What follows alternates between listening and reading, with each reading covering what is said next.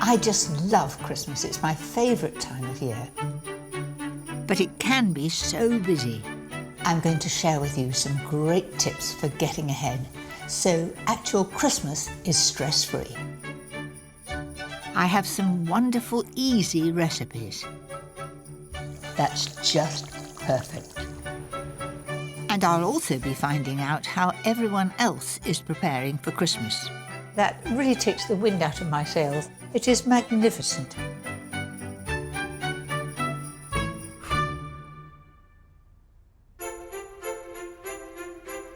Christmas has always played a huge part in my life. Since my children have moved away from home, it's become even more special to me, as it's a time for everyone to be together. But it's not just Christmas Day that I love, it's the wonderful build-up to it. Tonight I will show you how to feed all those extra family and friends over the holiday season. My warming beef casserole, a breathtaking pie, a perfect winter crumble, and a lusciously rich mousse cake. But first, a dish perfect for a frosty Christmas Eve. My mother used to make it and have it on standby when we arrived on Christmas Eve, and now I'm doing exactly the same. I've got half smoked haddock and half ordinary haddock, 350 grams of each. And I'm just going to dice that up into reasonable sized pieces, so just about the amount that you would eat in one mouthful. And be wary for the odd bone, and that's it. To make the sauce for the fish pie, I like to use leeks. They're at their best in winter and add a perfect subtle flavour. You notice I don't do it as quickly as the chefs do. But I get there in the end. Fry them off in 50 grams of butter until they're nice and soft. Add 50 grams of flour and slowly whisk in 600 mils of hot milk. And watch it getting thicker and thicker. Don't add all the milk at once. If the sauce is a little bit too thick, you can always add a little more milk. That's it. Now I'm going to add salt and pepper. I like pepper. There we are, a little bit of extra. And then I'm going to put the juice of half a lemon. That just sharpens it up. In goes the dill. If you're not a lover of dill, you could always put chopped parsley in. Then in goes the fish. And the fish will cook in the hot sauce. The lovely smell of this fish, slightly smoky, just makes me think of Christmas. Once the fish begins to turn white, it's ready for the baking dish. Why do I grease the dish? Because it makes it much easier to clean afterwards. And it's usually me that's washing it up. Doesn't that look good?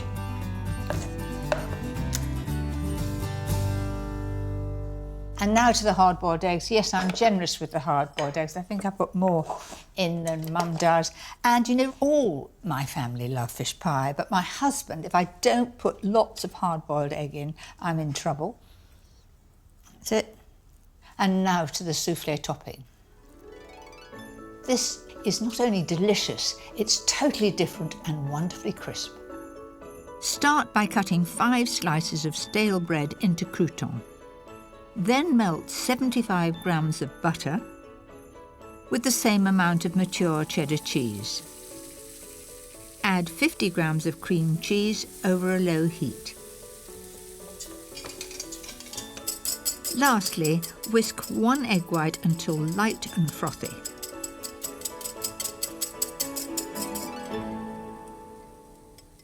And put the egg white in. That's the souffle topping. Here come the croutons. In they go. And don't tell people it's bread. Just say it's souffle. They'll think it's pretty grand.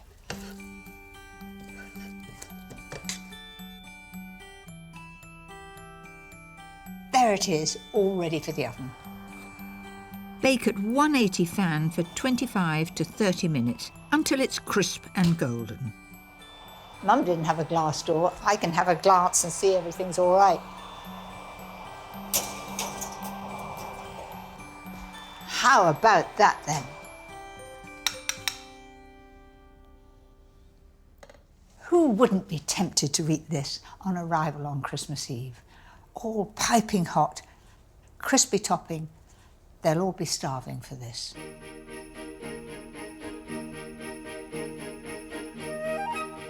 Because there's so much to do at this time of year, it's good to have a few delicious meals prepared in advance.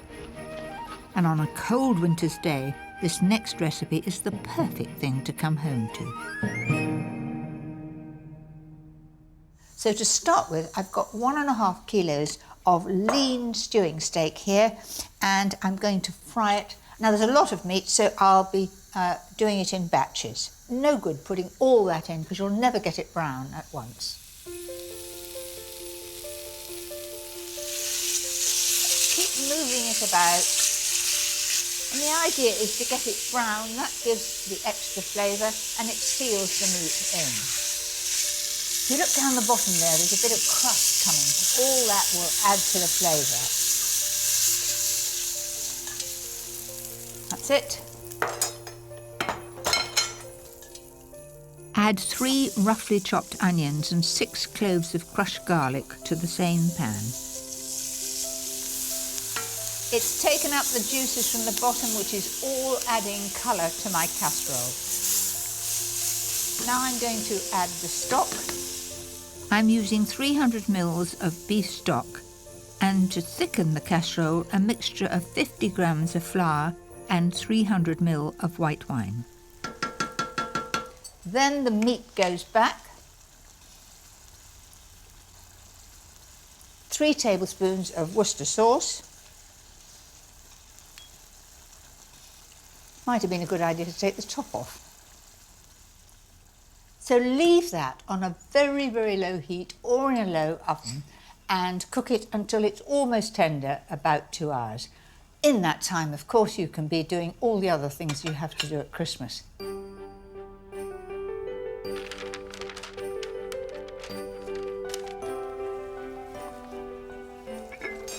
Gently bubbling there. Chestnut mushrooms, 500 grams going in. There's a lot of gravy here, and I can tell you my husband is a gravy man. He has it with sausages, he'll have it with steak. There has to be gravy, and so there's plenty here. Leave to simmer gently for another half an hour, and for extra kick, the all-important 3 tablespoons each of Dijon mustard and horseradish cream. Everybody seems to like chilies. There is no chili in sight here. This is really flavoursome, but not hot spicy. It really is perfect for a winter's day.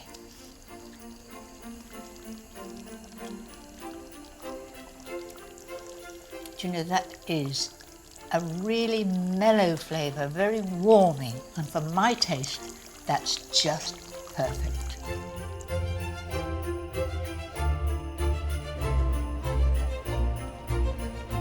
Christmas wouldn't be Christmas if my cupboards weren't bursting with my favourite sweet indulgence, chocolate. And nobody knows more about it than William Curley, 4 times British Chocolatier of the Year. Hello, William. I've heard so much about you and your chocolate creations. It's Christmas time, and I can't imagine Christmas without chocolate. Is it a very busy time for you? Gosh, Christmas, it's the busiest time of the year. Specialities such as our Dundee cake, our mince pies, pork truffles. Which is the thing that you like best? We love making a classic French patisserie, our bûche de Noël. The bûche de Noël, or Yule log, is served traditionally in France as their Christmas pudding and dates back to the 16th century. I've made Yule logs myself, but never anything quite like this. If you just take the mousse and run it up the side, like such, I bet you do this like lightning when you do it. I must say, if I was doing this, I'd like to do several at one go, put them in the freezer. Knock them out, yeah. And everybody who came to supper in the next year would get it as their pud, whether it was Christmas or not. Well, going to all this effort, I'd want to show off. This wonderful creation is a combination of a creamy hazelnut and almond meringue centre, You've done this before, and you know exactly they're going to fit. chocolate sponge, So that is rum with a sugar syrup. Indeed, yeah. These are crystallised chestnuts. surrounded by a rich chocolate and chestnut mousse, a meringue base, all covered in a dark chocolate glaze. It's just like a river flowing. A final few festive touches, Oh, that looks amazing. Just look at that. and the masterpiece is complete. Do you know, William, I have to stand back and say that really takes the wind out of my sails. Oh. It is magnificent. Oh, thank you very much, mate. It's very kind. Well, but I think why it's don't we my go upstairs, have a little cup of coffee and a wee thin slice? Do you know, you've twisted my arm. Come on, Let's then. go.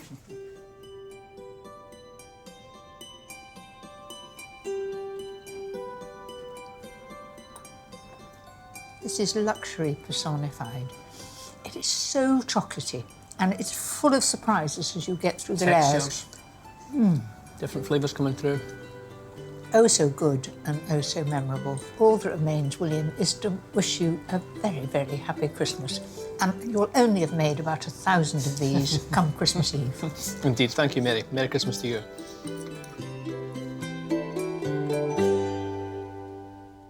That Bouche Noël looked amazing. But if you haven't the time or the skill that William has, I've got the perfect recipe for you. A chocolate mousse cake. So the cake, very simple to make, and the strongest chocolate flavour you will get is from cocoa. To 25 grams of cocoa, add 3 tablespoons of boiling water. Aim to get a paste. A bit like soft butter, you would spread it across. There it is. Then add 2 eggs, 100 grams of caster sugar, 100 grams of self-raising flour, and a level teaspoon of baking powder. Don't make it heaped, it must be level, because if you put too much in, it'll rise up and fall down again. And lastly, 100 grams of baking spread.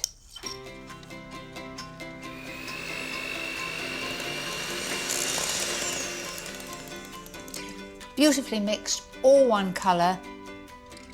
Spoon the mixture into a greased tin lined with non-stick baking parchment. Chocolate goes so well at Christmas time. I think we're just one of those times when we can be indulgent. It only needs 25 minutes in the oven at 160 fan. When it starts to shrink away from the sides of the tin, it's done and should be nice and springy to the touch. That looks perfect. To make it extra special, a little brandy over the top, about 2 tablespoons. Bit difficult to know where you've been when it's a chocolate cake, but I think I'm remembering. There we are, and that for luck. Right, now to the chocolate mousse topping. Slowly melt 300 grams of chocolate. I find using 50% cocoa solids is best. It adds just the right amount of sweetness. While the chocolate cools, whisk 450 ml of whipping cream until frothy.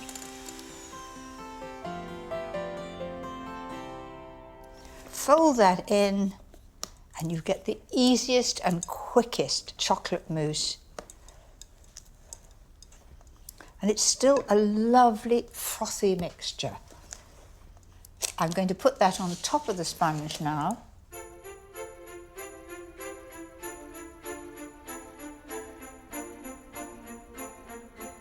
I'm going to chill it overnight in the fridge. That will firm it up. and then turn it out.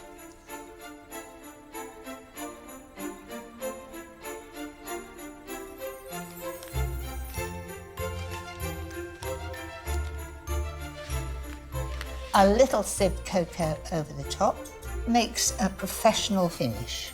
It's the sort of thing that William would have done with his bouche de Noël. And I think that really is quite a sort of showstopper, isn't it? Everybody will go ooh and ah when you walk in with that, and they won't know how long it took you to make. Not too long. And then a little sieved icing sugar makes it even more special. Also, it makes you think of snow and Christmas. That's my special, indulgent chocolate pud.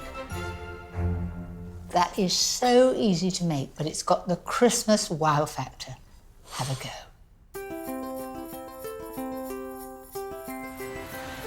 There are so many festive delicacies to enjoy, but my Christmas shopping wouldn't be complete without a very British favourite, Stilton. I've come to rural Nottinghamshire to meet Robin Scales, whose family has been in the cheese business for over 160 years. Hello, Robin. Very nice to see you. Lovely to meet you, Mary. Christmas wouldn't be Christmas without Stilton, and I'm fascinated to know exactly how it's made. Well, you've come to the right place. Come inside and we'll show you exactly how Stilton's made at Crotwell Bishop.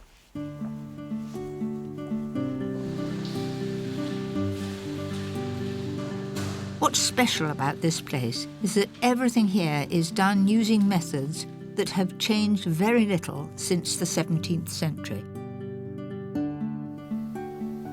So this is right at the beginning of the process. The milk came into the vat about 3 hours ago. We added all the different ingredients to the milk. That include the rennet, which clots the milk and eventually turns it into curds and whey, as we see here. We take a nice big ladle of the curd and whey. We then transfer it into the draining table. So the whey goes away? The whey goes away and it's drained off. And we basically continue to do this until we've transferred all the curd and whey into this. You do it all by hand? All by hand. And it's literally a case of just scooping it out and then into the draining table. Quite deep. You won't touch the bottom. Oh, okay. Okay. So you won't fall in either, don't worry. Gentle down. Really gently, yeah. Spot on. And then down again. Well, it's quite therapeutic, this, isn't it? It is. The trick is to be really gentle with it. I was really gentle. And you've got it completely spot on, so, you know, you'd have a job here any day, Mary. All right, but I tell you, you needn't put me on here because it's a bit too much hard work. Yeah. The next step is to pack the curds into moulds. And 5 days later, they are set and ready for a process called rubbing up. We're trying to seal the cheese so no air or oxygen can get inside the cheese at this point. We want the cheese to condition over the next 4 or 5 weeks before we encourage any of the blue mould to grow. If you don't make that nice and smooth and there are sort of air holes, what happens? The blue mould may start to grow and would become quite strong at the end of its maturation. So Kerry is flattening it down a bit like icing a cake, really. It looks simple, but it is an art, and years of practice goes into this. Kerry's been doing it for many years. How long have you been doing it? 12? You doesn't look old enough to be doing it for 12. I know. After 5 weeks of maturing, the Stilton takes on a nice golden crust. It's then pierced, which allows the air in, and the distinctive mould can finally grow. 2 weeks later, and the beautiful blue marbling has taken hold.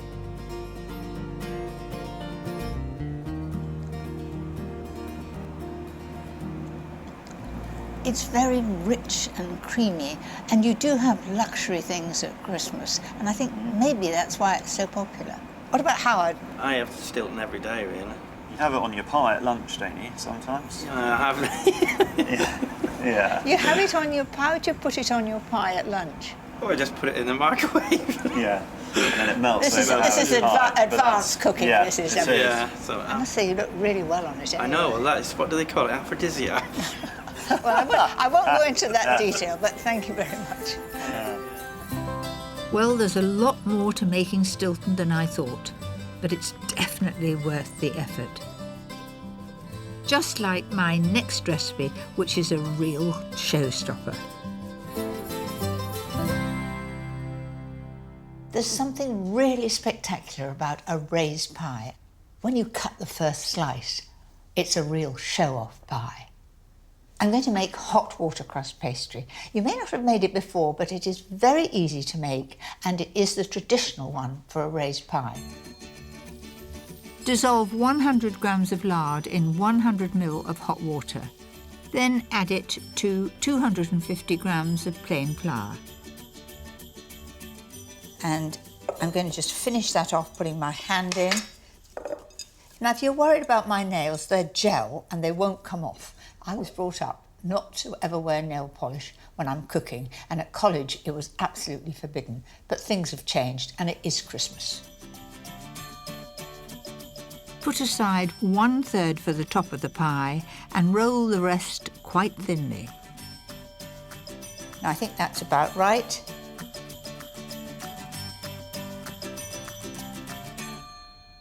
And now for the filling. I've got some gammon here, some chicken, pickled walnuts. I think they give a lovely texture, lovely flavour, hard-boiled eggs and sausage meat. Cut the gammon and chicken into strips. Then add lemon zest and fresh thyme to the sausage meat. And don't use dried thyme. Dried thyme is a totally different thing, and I don't think it adds to recipes at all. Mix 1/3 of the sausage meat with the gammon strips to make the bottom layer of the pie. And then you can imagine, as you cut through, you get beautiful results. Press it down firmly to remove any air before poking in a few of the pickled walnuts. If you don't like pickled walnuts, you could put pistachio nuts in it. You could use stoned olives. Lay the trimmed hard-boiled eggs along the centre and surround them with the sausage meat. And then press it down, very gently but firmly, no arguments.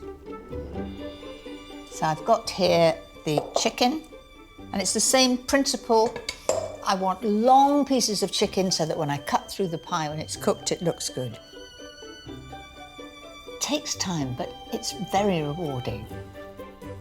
And the last 1/3 of the pastry will become the pie lid. That looks about the right size to me. Let me just check. Very stupid if it didn't reach, wouldn't it? Stick the lid on with a little beaten egg and then crimp the edges. You can do any decoration that you like. And I'm going to do 3 leaves over the top. Make a small air hole in the top and bake at 180 fan for half an hour and then 160 for the final hour. When it's ready, let it cool and then leave in the fridge overnight. And this is it. I think it looks pretty good.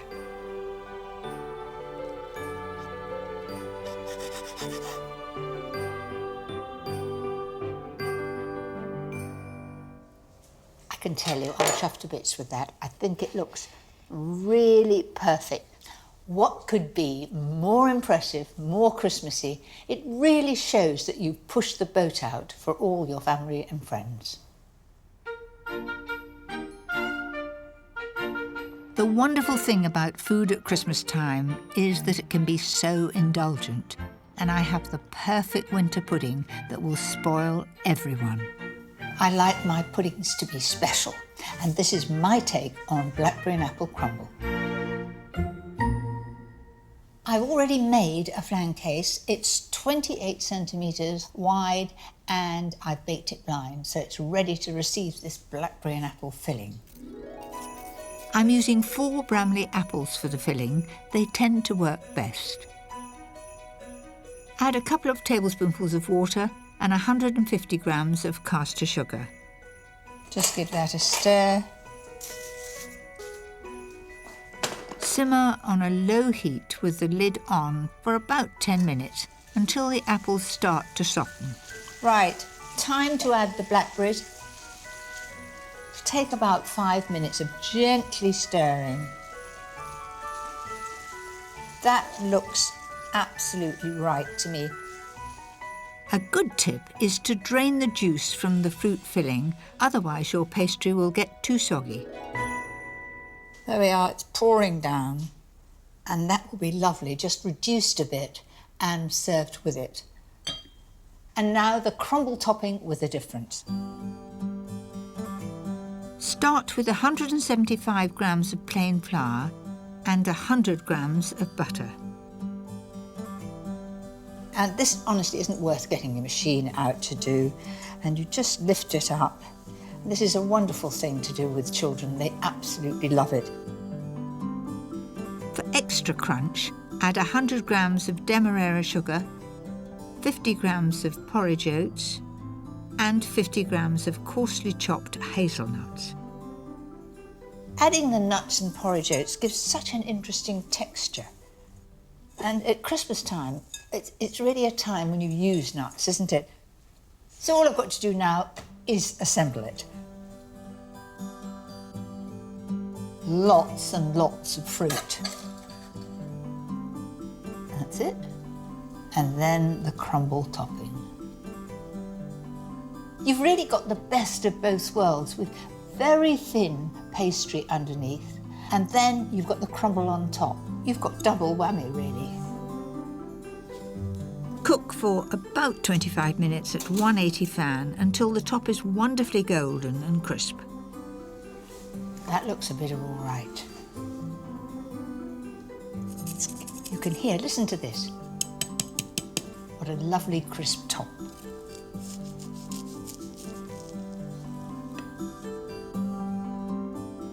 Serve with a dollop of cream and the reduced fruit juices.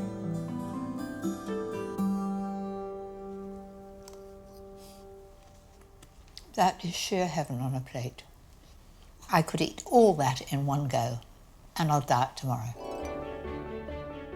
So there you have it, 5 dishes you can make in advance to help you create the perfect Christmas. Next time, I'll show you how to take the pressure off the big day itself. Christmas doesn't get better than that. You notice I take the drink first.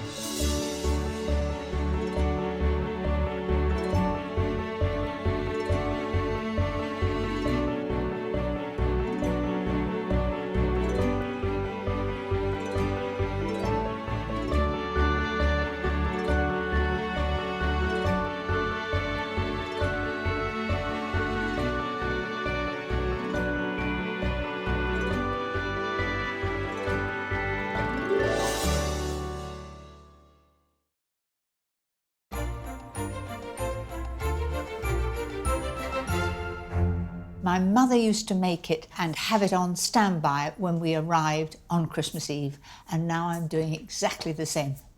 I've got half smoked haddock and half ordinary haddock, 350 grams of each. And I'm just going to dice that up into reasonable sized pieces, so just about the amount that you would eat in one mouthful. And be wary for the odd bone, and that's it.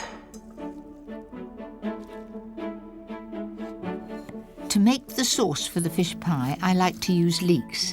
They're at their best in winter and add a perfect subtle flavour. You notice I don't do it as quickly as the chefs do. But I get there in the end. Fry them off in 50 grams of butter until they're nice and soft. Add 50 grams of flour and slowly whisk in 600 ml of hot milk. And watch it getting thicker and thicker. Don't add all the milk at once. If the sauce is a little bit too thick, you can always add a little more milk. That's it. Now I'm going to add salt and pepper. I like pepper. There we are, a little bit of extra. And then I'm going to put the juice of half a lemon. That just sharpens it up. In goes the dill. If you're not a lover of dill, you could always put chopped parsley in. Then in goes the fish, and the fish will cook in the hot sauce. The lovely smell of this fish, slightly smoky, just makes me think of Christmas. Once the fish begins to turn white, it's ready for the baking dish. Why do I grease the dish? Because it makes it much easier to clean afterwards. And it's usually me that's washing it up. Doesn't that look good?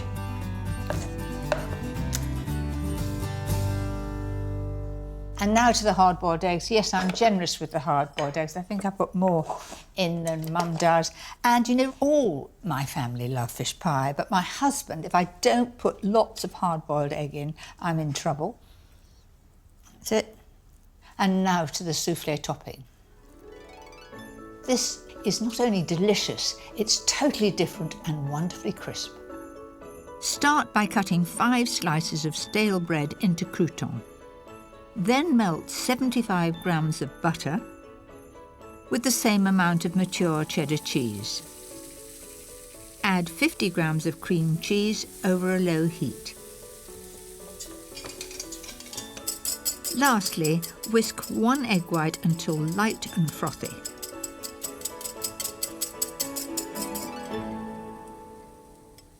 And put the egg white in. That's the souffle topping. Here come the croutons. In they go. And don't tell people it's bread. Just say it's souffle. They'll think it's pretty grand.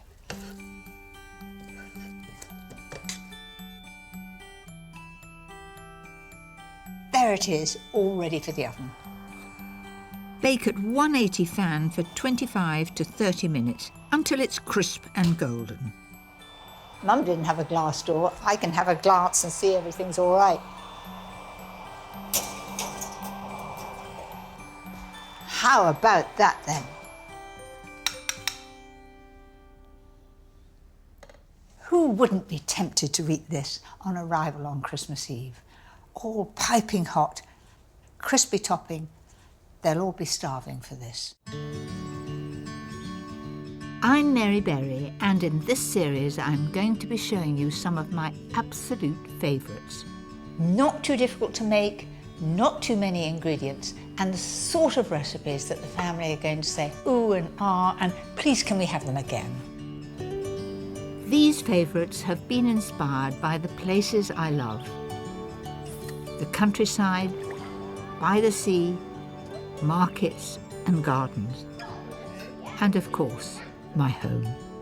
I'll be sharing with you some brand new ideas and some recipes that I never ever tire of. Tonight, I've got one! I promise you I've got one! it's dishes inspired by my love of the seaside.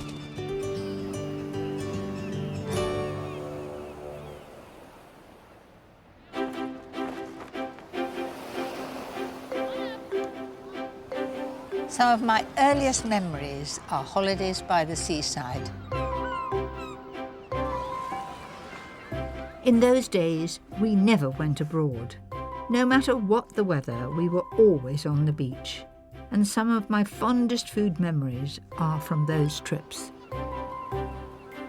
Tonight, I'm cooking some of my favourite dishes inspired by the great British seaside. A smart and delicious fish supper, a luxurious linguini,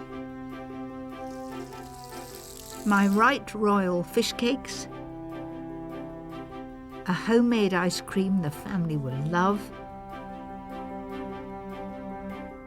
But first, no fuss goat's cheese and shallot tarts with a crisp walnut pastry. These tarts are perfect to take down on the beach for a picnic. So, to begin with, I'm going to make the pastry. It's a different pastry. It's walnut pastry. Into the processor goes 175 grams of plain flour. I'm just going to season that a little, up to you whether you do, just a little bit of pepper and salt, like that. Then I'm going to add 100 grams of butter.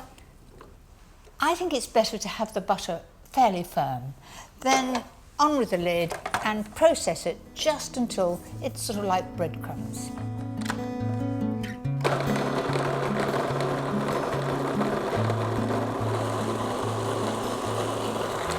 That looks about right. So in goes the egg. Whiz it together till it holds together. Don't overwork it. That's it, it comes together in no time. Now I'm going to roll the pastry out as thin as you can, then you don't have to bake blind. To make the pastry extra special, sprinkle over 30 grams of roughly chopped walnuts. And obviously if I've got the rolling pin on there, it would stick to the rolling pin. So if you take a piece of cling film, like that, tear it off, and just roll out the pastry. Cut out the pastry slightly bigger than the cases. I find that Yorkshire pudding tins are perfect for making these tarts, and this recipe is enough to make 8. And at this stage, just take a fork and prick the base to stop them rising up. Whilst the pastry cases firm up in the fridge, I can get on with the filling. Slowly fry off 500 grams of shallots until golden brown and really tender. Add a tablespoonful of sugar and 2 tablespoons of balsamic vinegar. I'm going to now put that to one side till it's absolutely cold. Now to the other filling that goes on top of the shallots. Mix 300 grams of soft goat's cheese with 2 beaten eggs and add 2 tablespoons of chopped parsley. I've been making these tarts for a long time, but I put all different fillings in them. I just look in the fridge and see what there is to be used up. I mean, often we have a bit of Stilton or a nice camembert left on the cheese board, and I would use that. It is important that you don't let any come over the edge of the pastry. Put them in the oven at 180 fan on 2 preheated baking trays. Bake for 20 minutes, switching halfway through.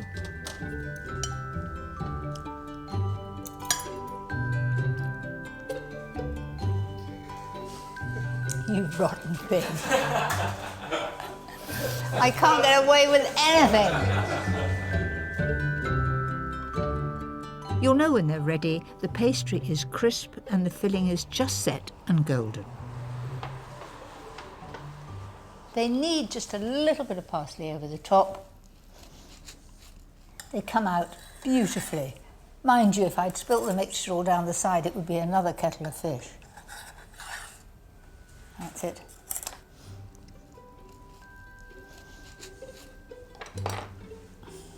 You have the layer of shallot at the bottom. Then you have the layer of the mild goat's cheese on top, well seasoned, beautifully cooked underneath, just a pale golden brown there.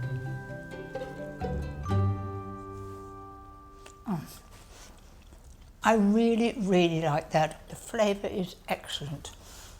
Sheer heaven. Whilst the tarts are perfect for a picnic, one of my all-time favourite seafoods is crab. But it's not cheap these days, so here's an ideal recipe to make it go that little bit further. I think you'll love my cod and crab fish cakes with tomato salsa, something different. I've made many a fish cake in my time, but these are the very best. Why? Because I have the addition of crab, and it really gives them a lift. It makes them right royal. I've got to start with some beautiful fresh cod, and you can always recognise it if it's cod because it's got little flecks of yellow in the skin. My secret is to butter and season the foil. I'm going to fold that over, a little bit like a Cornish pasty, and pull it up at the sides so if there is any juice it doesn't run out all over the tray. I'm going to put it in the oven at 180 fan and it'll take about 15 minutes. Keep looking at it, and as soon as there's no translucent bits, you know it's done. So in it goes. Once the fish is cooked, leave it to cool. Now to the actual making of the fish cakes, and I promise you they are different. To give the fish cakes extra flavour, add 6 chopped spring onions to 500 grams of cooled mashed potato. Then flake the cod into it. I've got 100 grams of crab. Now this crab is mixed crab. I want the dark meat and the light meat, and that's all going in.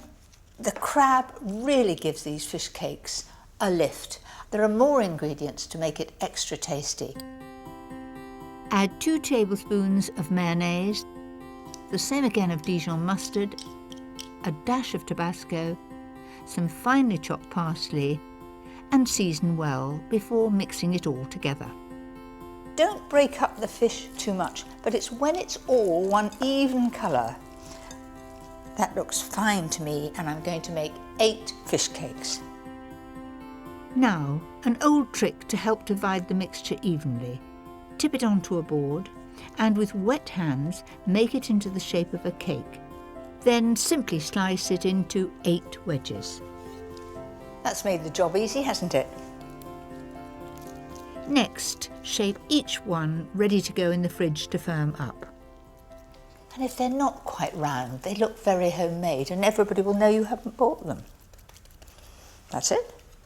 They're pretty good though, aren't they? After half an hour, they'll be ready to breadcrumb.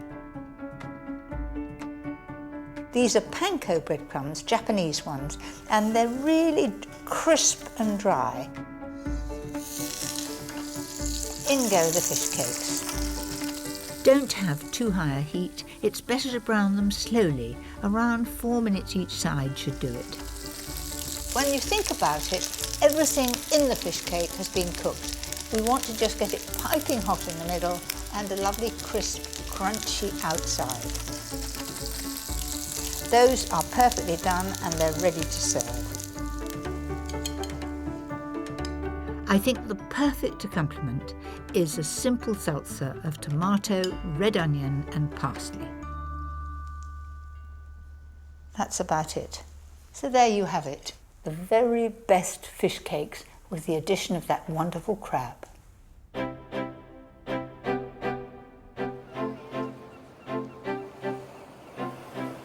When it comes to seafood, one thing we can't get enough of are prawns. In Britain, we consume about 85,000 tonnes of them every year. And the best thing is you can catch them all around our shores if you know where to look. I just love the sea. I love the smell. I love when you get the wind through your hair and to be on a beach with my prawning net. You never know what you might find. We've got masses of winkles around here and I'm hoping I'll find an odd prawn. Today I'm in Botany Bay, Kent, to meet local naturalist Dr. Alistair Bruce to see if he can help me catch some of the local delicacies. This is a marvellous stretch of coastline.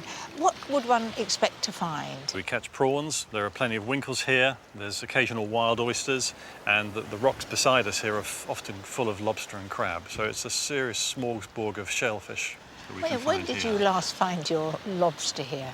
I get about a dozen or so every year, but I know where to look. An old gentleman many years ago showed me the certain holes to put my hand in and sort of winkle out lobsters. So it's a closely guarded secret, I'm afraid. With Alistair keeping his lobster spots close to his chest, I'm interested in catching some prawns. Well, mind your step. There's a few holes and dimples here. I'm being really careful. Okay. Okay. Okay. I'm- Right, now, I right... am the king of the castle. I'm definitely after prawns. Well, there's a good chance. There's a good chance. So wish me luck. Good luck. To They'll the be bottom right of my underneath net. you. Right underneath you with a bit of luck. Prawns can be found all around the British coast. They live in areas where they have rock and weed cover. If you want to catch them, try a low tide during the summer months. Oh, this says current. I'm doing it very, very, very, very, and then I'll catch them. Whew. That's it. There's not a lot of sport in there. Well, you've got some edible seaweed. Okay, I think I was a bit quick. Nice and gently. I've got one! I promise you I've got one. I have. Fantastic. It's a whopper. There you go. No, don't. Ah, it's mine. Okay. That is a sheer beauty. It's all mine. With my meagre catch and Alistair's slightly better haul, we should have enough for a fisherman's supper. I'm going to do the cooking because you're the Okay. fisherman. I didn't know what I was doing really. And you say always cook it in seawater if you can. Yeah, there you go. Oh, Look at those seaweed beauties. out. Straight in. Look, they've gone from translucent to a pale pink. In a minute, our fisherman's tea will be ready. Absolutely, and it's all free. The most exciting thing of all is, of course, doing it on the beach, Oh, yeah. sitting round, and we'll have such an appetite when it comes. Pity we didn't catch twice as many prawns. Well, nothing could be fresher, could it? A lovely colour, isn't it? It is so exciting. Mind you, I think I can see the one I caught. It's that very big one there. It was pretty big, though, wasn't it? It was. You must admit. It was. I'll give you that. A little bit of lemon. So here goes. There we go. All the Yeah. best. Cheers. Oh, that is really nice. Do you know, I'm sure it's better to cook them in that salt water. It is absolutely beautiful. It doesn't need any mayonnaise. It doesn't need anything. No, not really. Very nice. This, to me, is wonderful. It's a treasure from the sea. The beauty of fresh seafood is it doesn't take a moment to cook. This linguini is a luxurious dinner party dish for 6 that takes no time to prepare. It's absolutely delicious and rather different. So to start with, I've taken 3 shallots and I've slowly cooked those and they're just nice and soft. And I've got some linguini here and it's 250 grams. Cook it as the packet says. It's usually about 10 minutes. Add to the shallots 1 finely chopped red chilli and 2 cloves of crushed garlic. Now I've got some beautiful fresh clams here. I've given them a good scrub. If any of these are open, you're not to put them in there because they're not fresh. Tip those in and the shock of the heat will start them to open. Then I'm going to add 250ml of wine, give or take a bit. I shouldn't say a bit of wine. You can't have a bit of wine. My husband's always telling me that. A drop of wine. Give that a bit of a stir, then in the lemon goes. Those are cooking nicely, but to make sure they all open, they need to be in the steam. So pop that on. This should only take about 3 minutes. Once the clams are all open, add the cooked pasta. Just leave that for the moment. It's on a very, very low heat. And I'm going to quickly get on with cooking the rest of the shellfish, and that'll just take a couple of minutes. To make it even more luxurious, I'm also including squid and king prawns. Keep moving them about, and you'll know when the prawns are done because they'll turn bright pink. You can see the squid is changing colour. And for something special, add 6 scallops sliced in half to make them go further.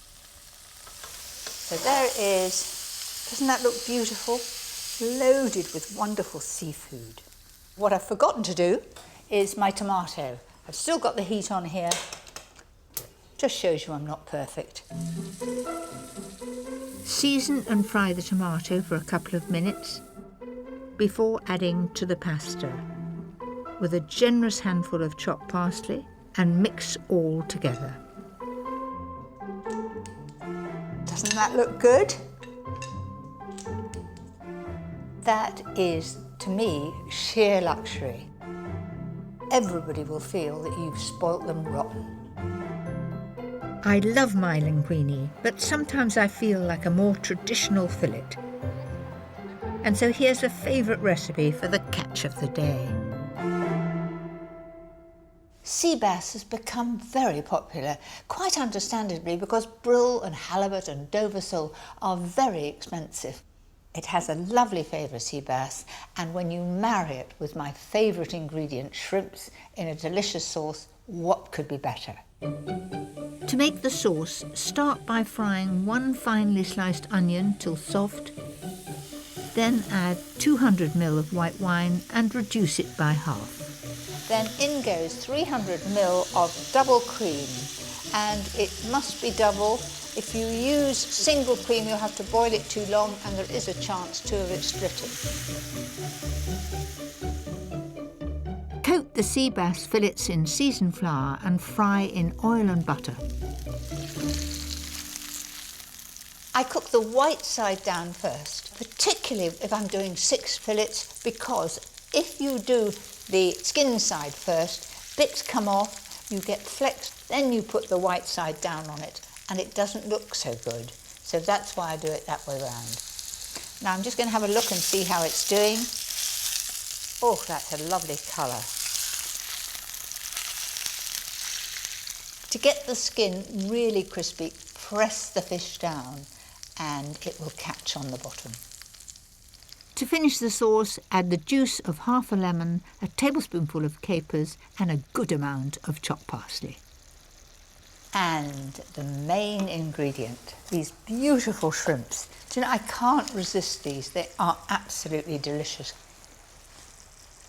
Not just one, I had about 7.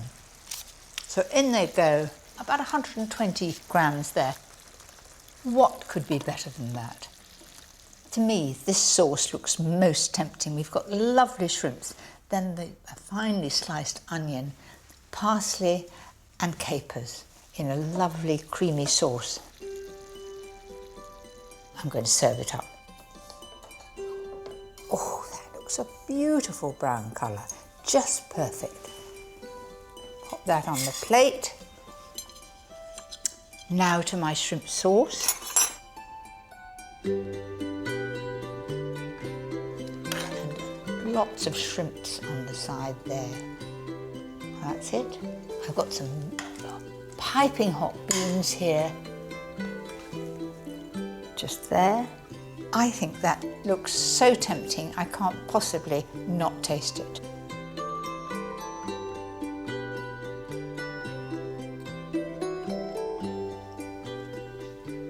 That reminds me of the sea. Takes me back to holidays.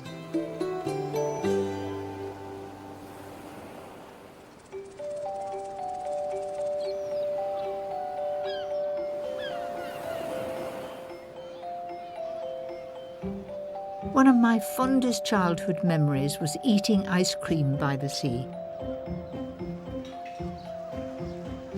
On the Broadstairs seafront is an ice cream parlour just like the ones I remember. Hello, Mary. Very nice to Marina. meet you. How are you? I'm very well. This is amazing. It takes me all back in time. Yeah. How long have you been making ice cream We've here? been making ice cream in this place since 1932. My grandfather started, and my great-grandfather started in 1907. So we're in our 5th generation now. Still very Art Deco with the Lloyd Loom chairs and the special ceiling designs. The one thing I remember from my childhood is Knickerbocker Glory, and the ice cream was the most important part of that. Yeah. What's the secret about this ice cream? I think the secret is just to keep making good traditional ice cream the old-fashioned way. May I see it being made? Yes, absolute pleasure, Mary. We'll have to take it down after you. Marino is taking me to meet Gino, who's been making gelato for 22 years. Let's see how it's made. Okay. So, this one is the secret ingredient. Milk, sugar, a dash of cream.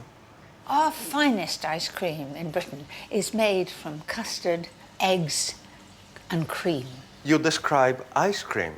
Here we are making gelato. To make the gelato, milk, sugar and cream are pasteurised and cooled overnight.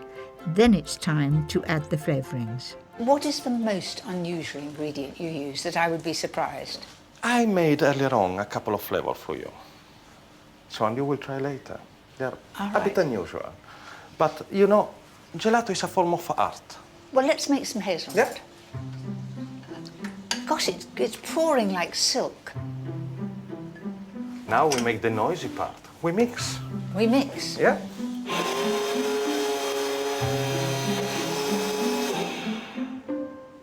Once the flavours are mixed, it's time for it to churn.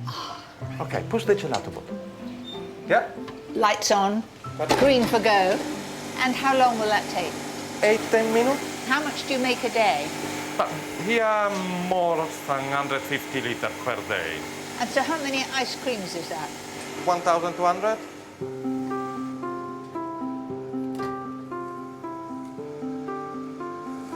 Can I try some? Of course. Do you know that's as smooth as velvet? Hazelnut is a firm favourite here, but nowadays people want something different. And Gino is responsible for creating new combinations, everything from gin and tonic to Cornish pasty. This one is marmalade on toast. Marmalade on toast. It's my most favourite thing for breakfast.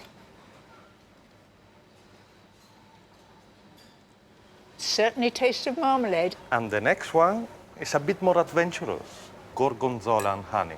Now that's very weird. But it's really good. It's strong of gorgonzola too. I would like to end a meal with that, with a glass of port. Fantastic. Thank you. But before I go, there's just one thing I have to try. My childhood favourite, Knickerbocker Glory, a classic combination of fruit, ice cream and whipped cream. Wow. Thank you so much. This was my first visit to Broadstairs and I came here in search of my old favourite, the Knickerbocker Glory. Thank you very much for having me. You won't miss it, will you?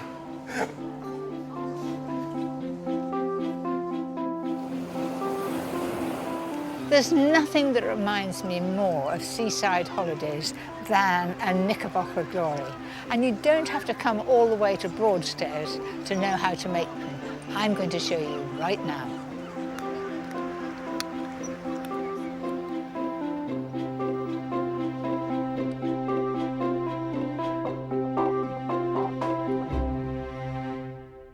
I really enjoyed that decadent Knickerbocker Glory in Broadstairs.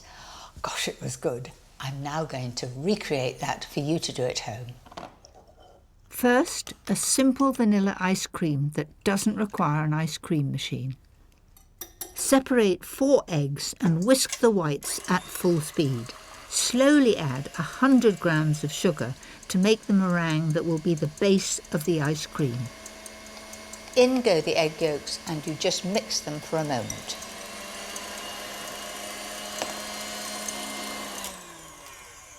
That's it.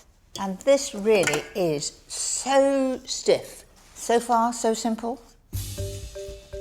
Next, scrape the seeds from 2 vanilla pods into 300 ml of lightly whipped double cream. Don't throw that away. If you've got a pot of sugar in your kitchen, put it into the pot and that will give a flavour to your sugar, you know, if you're making custard or something. And I'm just going to beat that. It's partly beaten. Now I've got to fold the cream into this mixture. Now I have got volume in it. I've got volume in the meringue, I've got volume in the cream. That's why we don't have to re-whip it and we don't have to use an ice cream machine. So just fold that in. And remember, folding round the outside and cut through the middle until it's beautifully smooth.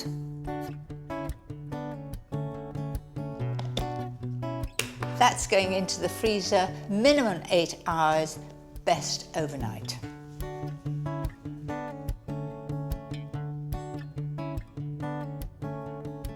Now to the coulis, a lovely puree that will drift through the ice cream. I know you can buy it in a squeezy bottle, but it's not the same as homemade. Measure 250 grams of fresh raspberries and 2 tablespoons of icing sugar into a small processor. And you just puree that.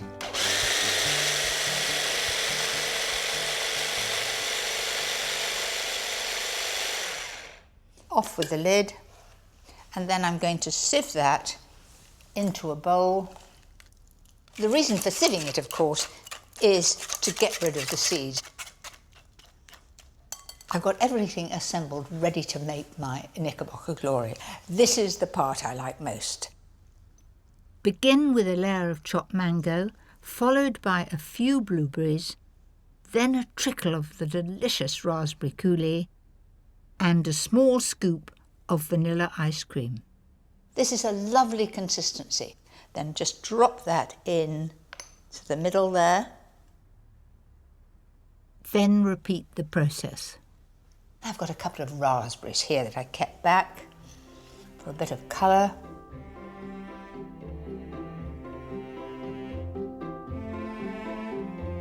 Gosh, that looks good. The crowning glory of a little bit of chopped nuts, just over the top like that. This is my take on the classic seaside special Knickerbocker Glory. There.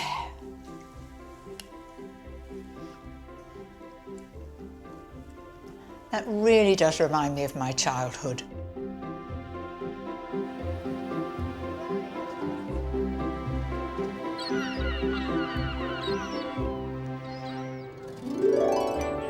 Next time.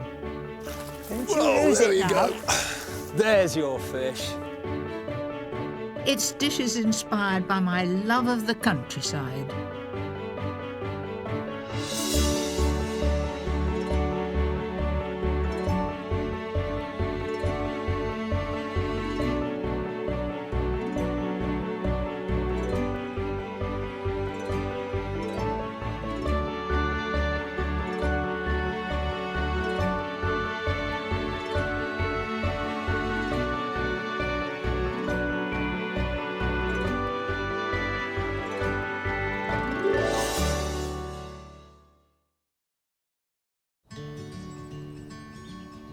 I'm Mary Berry, and in this series I'm going to be showing you some of my absolute favourites.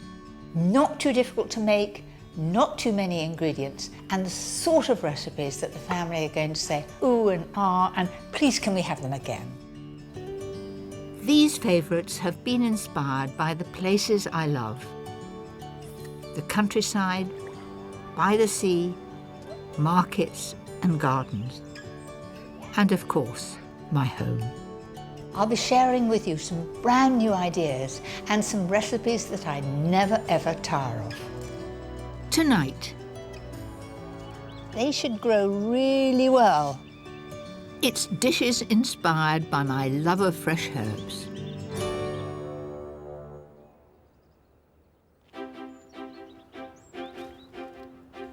I love growing my own herbs. It's very easy, I'm getting better at it, and they're an inspiration for many of my recipes. When I started cooking, which was a long time ago, you could only get dried herbs. Nowadays, almost all supermarkets stock fresh herbs, but you can't beat growing them yourself. Fresh herbs can really give a lift to a recipe. They can take it from the ordinary to the sublime. And tonight, I'm going to show you some delicious recipes using my favourite herbs. A luxurious platter for special occasions. A dish my grandchildren love. A Mediterranean summertime supper. My all-time favourite cake. But first, this simple salad using fresh mint. Mint is not only one of my favourite herbs, it's the easiest to grow, and once you've got it growing, it is prolific. I'm going to use it today in a salad. So I've got a really nice bunch of fresh mint. The smell alone sets me wanting to do something with it. And remember, if you keep the stalks and you've got some lovely new potatoes, you could put those in to give flavour.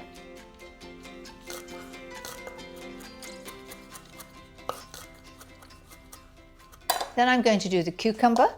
This is rather a big cucumber. I'll only need half. Peel the cucumber and cut it down the middle. And I always take the seeds out for a salad because they just make the salad very, very wet. Then I'm going to just cut little half moons of it. All that remains is for me to do the melon. Isn't this a prized beauty? You know, you can grow them. Thomas, our son, has a raised bed and he grew them just about this size last year. I'm growing them too, but mine are miniature ones. So I'm going to cut that in half. And all the glory is in the middle. Look at that. Doesn't it look tempting? It makes you think of summer.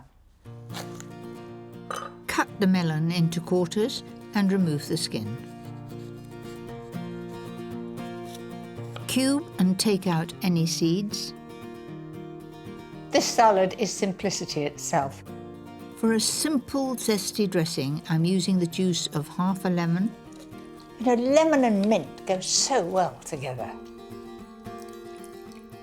4 tablespoons of good olive oil, a little seasoning, and mix it till it all comes together. That's it, that's ready to go over the top. The melon in the base, some cucumber, generous amount of mint there. I'm also adding some halved black olives and feta cheese. And rather than doing it in neat little cubes, I just break it off in decent sized pieces, sort of crumble it.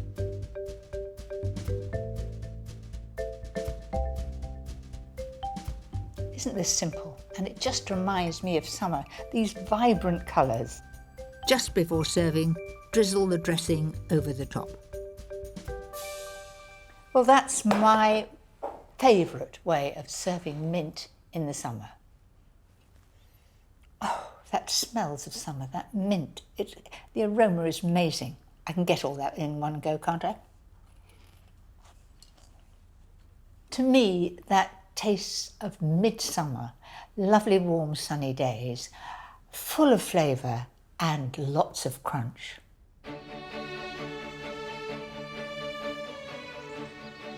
Growing your own herbs is not only easy to do, it's so much cheaper than buying them in the shops.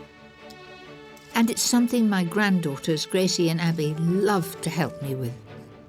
That looks good, Abby. Right, now just put it in like that. You've got a watering can behind you. Can you stretch for that?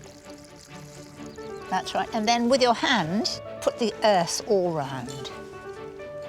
They should grow really well. Thank you very much. Spending time with my grandchildren is one of my great joys, and my next dish is one of their favourites. So I've got 500 grams of good minced beef here. Add a finely chopped onion to the mince and 2 cloves of grated garlic. It's only actually since I've been married that we've had meatballs.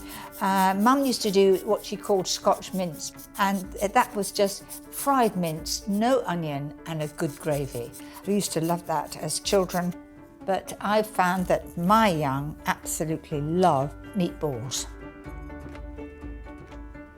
Then I'm going to put some thyme in there. Now this is broadleaf thyme, and as you can see, it's got a very woody stem and it is very strong, much stronger than you would buy in a supermarket because it has matured over the years. Thyme is wonderful because it's always there, winter, summer, it doesn't lose its leaves. In it goes. Next, add 50 grams of grated parmesan and half a teaspoon of paprika. It gives a nice bit of colour to it. And then pepper and salt. 1 small egg, that just holds it all together. So just mix all that together. And you know what? I'm going to discard the spoon and use my hand. You can really get the feel of it. If it's a wet day and it's school holidays, children will help. They love to help to cook, especially when it's something they're going to enjoy for their lunch. Shape the mixture into a cake and divide it in 4. Each section will make 6 meatballs. You just get the mixture, slightly damp hands, and shape them into a ball. I would say they're golf ball size. My husband plays golf. They look just like golf balls to me.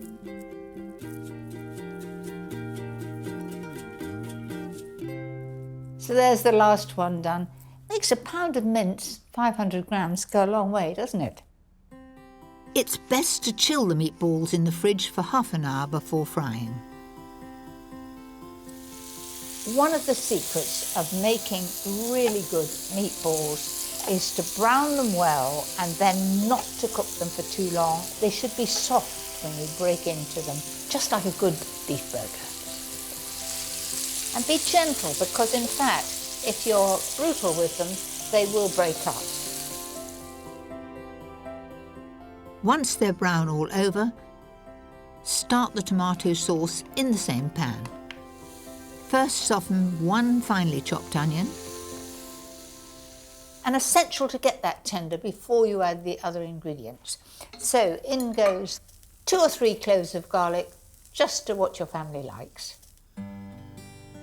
Add 600 mils of passata, 1 teaspoon of caster sugar, and 3 tablespoons of tomato puree.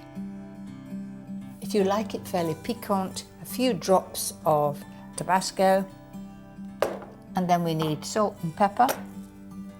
Stir that in, and so I add about 300 ml of water to that. You might say, why add water to that? But it does intensify the flavour. I'm just going to leave that for about 10 minutes to bubble gently and reduce.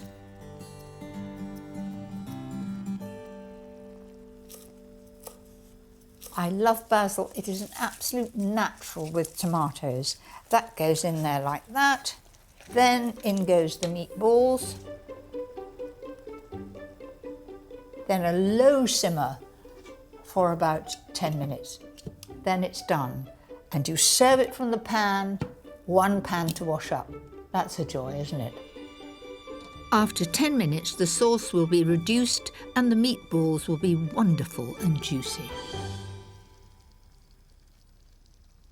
It really is an intense tomato flavour, and the basil is coming through. I think the family will really enjoy that. I've used herbs in my cooking all my life, but I never tire of learning more about them. I've come to the dairy in South London to meet Chef Robin Gill. He's well known for his brave and exciting use of fresh herbs, which he grows himself in his rather unusual garden. Come on up, let me show you what I'm most proud of. Well, one of the things I'm most proud of up here.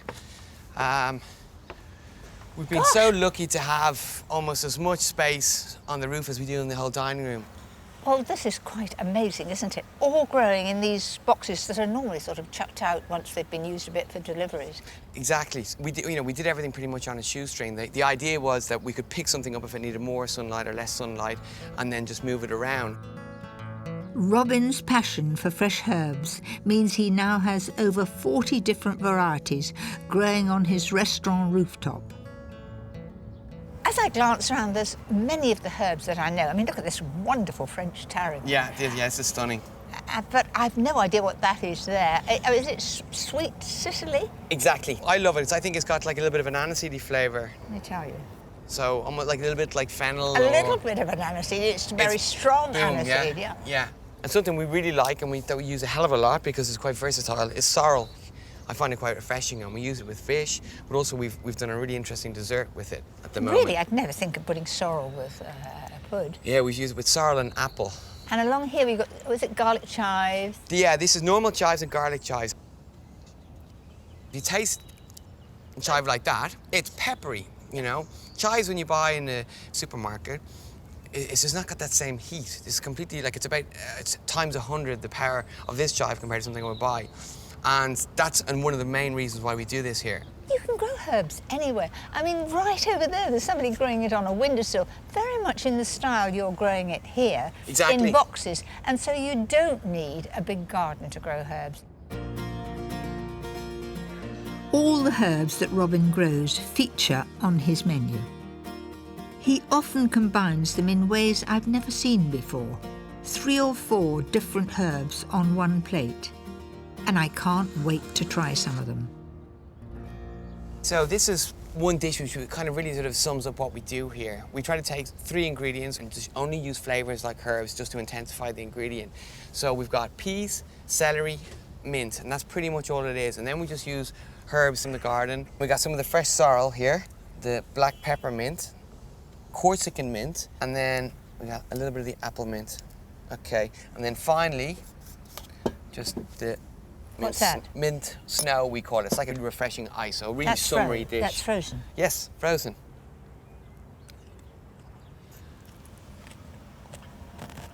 I can hear the crunch. Do you know, that's sheer heaven. The herbs really help the dish. The sorrel's coming through strongly. Yeah. And I like the idea that there's a hint of lemon, a lot of mint. It's not only Robin's diners who benefit from the herb garden. They also provide an urban haven for the bees. So I'm going to take... Oh, gosh, that was bursting out of the middle. Yeah. Oh. You needn't bring the bees too near. No. This is one of the dishes I'm most proud of from a garden point of view. It really represents what we do here. It's basil, rooftop honey, and courgettes. And that's pretty much it. And then what are those yellow flowers? I've never seen them before. They're rocket flowers. Oh, gosh, you've let it go to seed? Yeah. The honey is unusual. It makes me think of elderflower cordial. That's exactly it. It's the dominant flavour of the honey, you know. Without a doubt, it's elderflower. You use a very small amount of herbs, but because you've grown them, they are so much more piquant and strong. I've certainly learnt a lot, and I shall be using those rocket flowers. You mark my words. Excellent. OK, then. I've learnt a lot from Robin, and I'll definitely be planting a few new varieties in my garden next summer. My next dish uses one of the most popular and widely grown herbs, basil. Pesto lemon chicken. It is just lovely to have on a warm summery day, and it always reminds me of the Mediterranean. Start the dressing for the chicken with 6 tablespoons of mayonnaise and 4 tablespoons of fresh pesto from the shop. You can make it yourself if you've got a lot of basil, and it's simply basil, olive oil, garlic, pine nuts, and a little Parmesan cheese. So, juice of half a lemon. Now I use a lemon squeezer. I know the chefs just go like that and all the juice comes out. I don't seem to have those sort of muscles, so I use a lemon squeezer. Makes it easy and effortless. So I've got juice of half a lemon in there. Then I'm going to add some pepper and salt. Could that be easier? And you get a lovely, fresh, bright green colour. Now to the chicken to go in it. I'm using chicken breasts that I've lightly roasted for 20 minutes until they're cooked through. You didn't necessarily use breasts of chicken at all. You could use a whole chicken and just take the skin off and cut it into strips.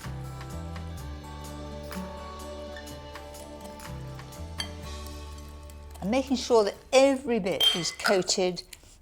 I think that looks really, really summery and good.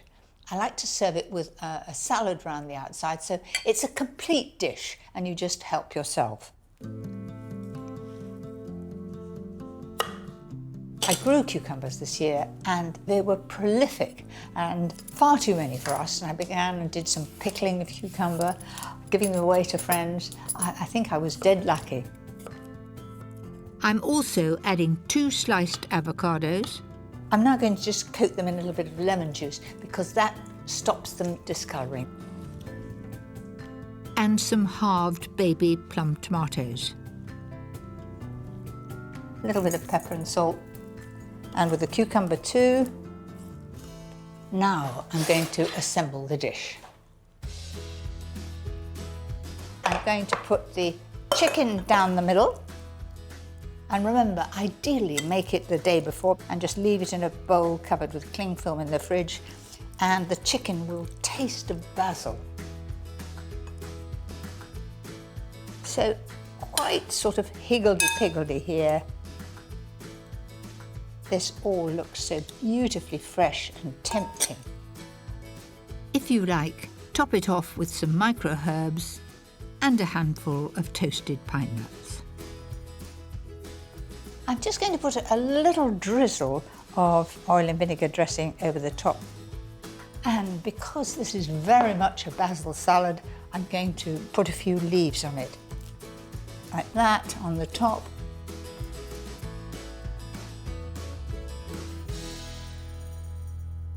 For me, that's a taste of the Mediterranean, full of flavour and sunshine.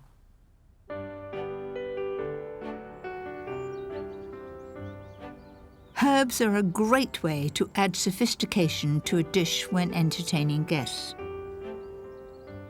And I love using them to add zing to this salmon, prawn and potato salad platter. If we're having friends round and I'm doing a buffet, I always include a salmon dish.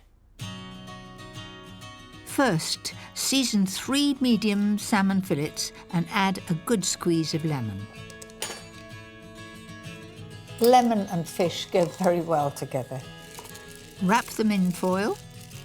We don't need to seal it because it's not going to run away. And cook at 160 fan. And it'll take about 15 minutes. I've already boiled 500 grams of new potatoes. And whilst they cool, I can make the dressing. 3 tablespoons of Dijon mustard. 3 tablespoonfuls of white wine vinegar. 4 tablespoonfuls of oil. And then a tablespoonful of sugar. And best to use caster sugar because it dissolves quickly. Add a little seasoning and give it a good whisk. Now this is a very mustardy dressing, but it goes well with the potatoes. Doesn't take much mixing, that's it. Once the potatoes are cool enough to handle, quarter them and add them to the dressing. I think a potato salad is something not to be forgotten. So much pasta and rice is served as salads, but there's nothing to beat a good potato salad. The warm potato will absorb this lovely mixture of mustard and oil. To add some crunch, slice 3 spring onions and 4 sticks of celery. When I was young, Dad used to grow it, and we had celery with everything. It was almost too much celery. Next, add 6 tablespoons of mayonnaise and the chopped spring onion and celery. So it is not going on the floor, it's going straight in the bowl. That's it. And to add a bit of colour, a few thinly sliced radishes. Mix all that together. The radishes have a very piquant flavour, so if they're thinly sliced, they just fit very well with the salad. That's it. Now, some wonderful fresh parsley.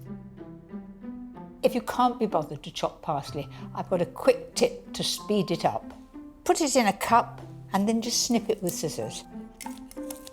And if you've got an extra pair of hands in the kitchen and it's one of your children or grandchildren, they love doing this little job. That's it. Then put some of it in here. So mix all that together. Parsley works really well in this potato salad because it gives the brightness of the green as well as adding to the flavour. Just going to put that to one side and see how the salmon's doing. There we are. Now that is absolutely perfect. And then you just flake that up in sort of reasonable sized pieces.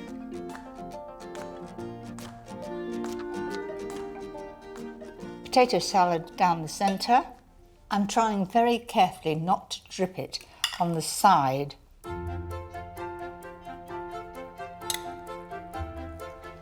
So there's the salmon all the way down. And to make it extra special, some king prawns. If you get hold of each one and tuck the tails into each other and then lie them across the top, I would serve this on an occasion that perhaps it's a special birthday or an anniversary and you've got a crowd round and you want to really push the boat out. I think they look fun and very special. And I've got something to crown the glory. You might call it showing off. I've been dying to grow micro herbs because you can't get them very easily. And just look at that. It looks so smart. It's all different kinds of lettuce and mustard. So I'm going to snip some and just put it across the top. If you haven't got micro herbs, of course you can just put parsley over the top. And I think that looks really special. So how about that for your next very special occasion? Worth trying?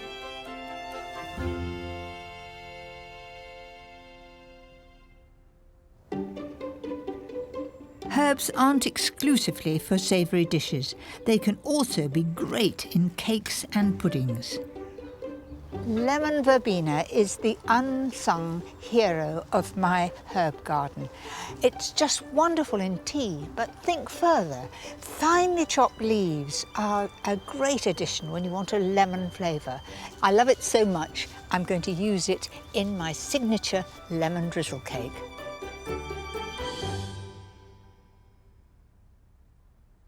If you ask anybody what their real favourite cake is, it's nearly always lemon drizzle. It's certainly mine. So, lemon verbena. If you rub your fingers against it, it is strong lemon, a bit like lemon thyme, but it's rather sweeter than that. If they're really tough old leaves from a big plant, you want to take out the middle of the leaf so that it's not too tough. Don't worry if you can't get hold of lemon verbena. The recipe will still work without it. So I'll end up with about a tablespoon of lemon verbena. That's it. To make the cake, add 4 eggs, 225 grams of caster sugar, and the same again of baking spread. If you like to use butter, it must be really soft. Then add 275 grams of self-raising flour, 2 teaspoons of baking powder, and 4 tablespoons of milk. I've been making this for as long as I can remember. When the children were very tiny, I had my closest friend living across the road. Her mother came down to see her from the north and she said, "You girls don't do enough baking," and she stood in the kitchen with the little prams all round and the children and made the cake for us, and it's been my favourite ever since. Add the zest of 2 lemons and beat for about a minute until beautifully smooth.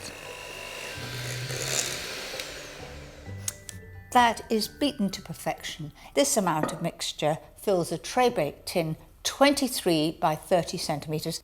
You grease the tin really well and then you line it with non-stick paper.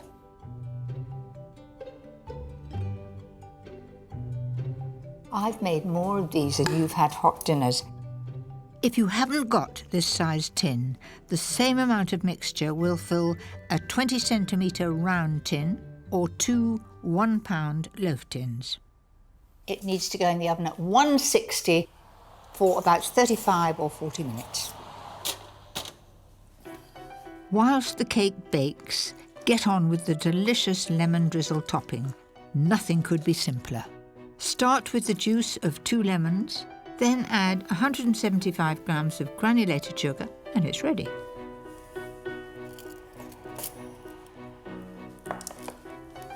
Well, that's just as it should be. A gorgeous pale golden brown. Wait 10 minutes for the cake to cool slightly before topping with the lemon drizzle. Make sure you get it all to the edges, and then it will be really delicious. Once the topping has completely soaked in, it's ready to slice. Now, I cannot resist. That is as light as a feather. You can just see the flecks of lemon verbena. That is sheer bliss. When I finish that, I'm quite sure I'll be ready for another slice.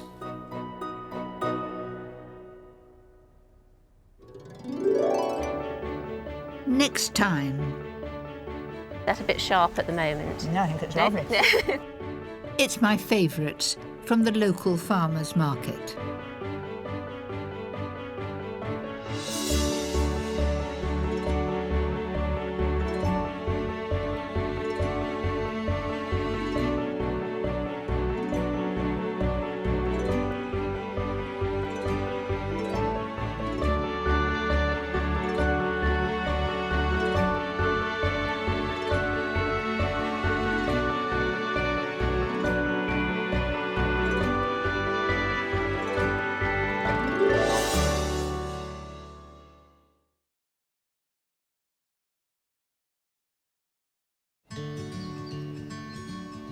I'm Mary Berry, and in this series I'm going to be showing you some of my absolute favourites.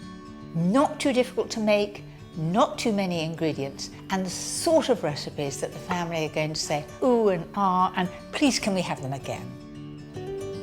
These favourites have been inspired by the places I love. The countryside, by the sea, markets and gardens.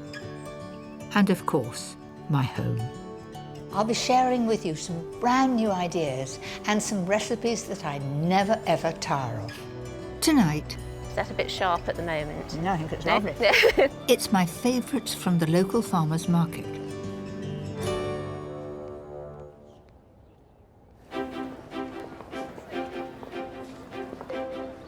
In this programme, my recipes are inspired by the wonderful ingredients you find in farmers' markets and farm shops. A visit to the farmers' market is such a lovely thing to do. I enjoy seeing what's in season and meeting the local farmers and stallholders. Sugar is a creamy, mature cheddar taste. There's nothing like the feeling of knowing exactly where your food comes from.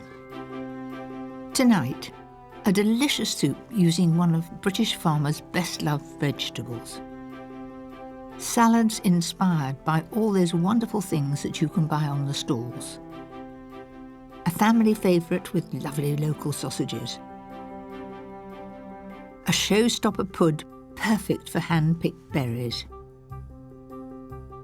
But first, a dinner party dish with one of my personal market favourites.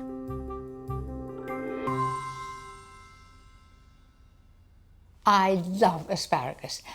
It makes this dish very special. I remember my father used to grow these with tremendous care. I've tried to grow it, and as soon as you get weed in it, you're in trouble. I've never been successful, so therefore I go and buy it from a farm shop nearby. Start by seasoning 6 chicken breasts and seal them in a hot pan with 25 grams of melted butter and a tablespoonful of oil.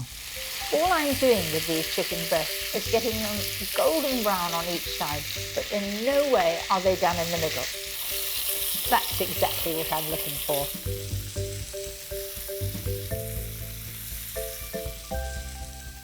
When they're golden on the outside, remove them from the pan and start the sauce. I've got these beautiful shallots here, but they are absolute devils to peel. I find it best to put them in boiling water. It just loosens the skin, and so that's exactly what I'm going to do. I've got a pan over here, and it's a very good tip if you're doing pickled onions. You know those little onions that take ages to peel? So I'm going to leave that off the heat for about 5 or 10 minutes. Rinse them under cold water and off comes the skin. Then cut the shallots into quarters to fry. I'm using the same pan. Not only does it save the washing up, but you do get the flavour of the chicken juices. To thicken the sauce, use a heaped tablespoon of plain flour. This is an old-fashioned tablespoon. Measure it carefully if you like, 30 grams, but I promise you if I put that on the scales, that's what it'll be. So in the bowl. Combine the flour with some of the 400 ml of cold chicken stock. I'm going to make that really, really smooth. You might think it's a bit like making custard. Then I'm going to put the remainder of the stock in here, like that, and I'm going to pour that in, stirring all the time, and that will thicken it, which indeed it has. And this is absolutely smooth, as you can see. There's no sign of a little white lump. Add some freshly chopped lemon thyme and the seared chicken breast back to the pan. Now, there are some juices on that tin, which I certainly do not want to throw away.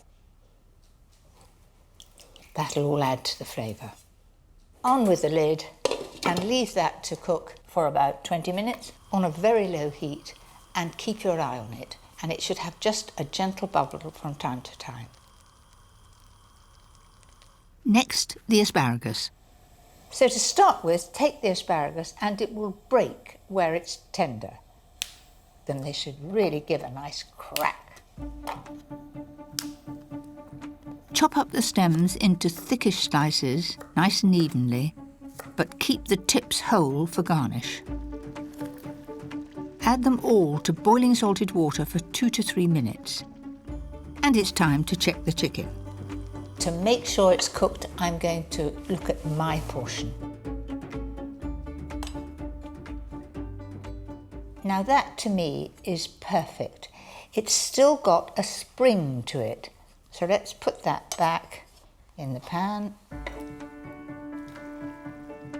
And to finish, squeeze the juice of a lemon into the pan, add a 200 ml tub of full-fat creme fraiche, and of course, the cooked asparagus stems. Not only will they add flavour, but they'll add colour. So in they go. Finally, add a couple of tablespoonfuls of parsley, just roughly chopped. Looks lovely. Now, ready to serve.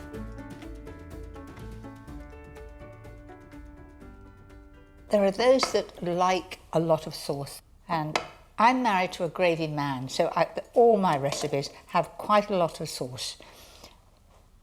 Well, the smell is delicious. It's a lovely smooth sauce. It's a deep flavour of lemon, and it feels rich. I think that is a great dish to serve on a special occasion, so à table and enjoy it.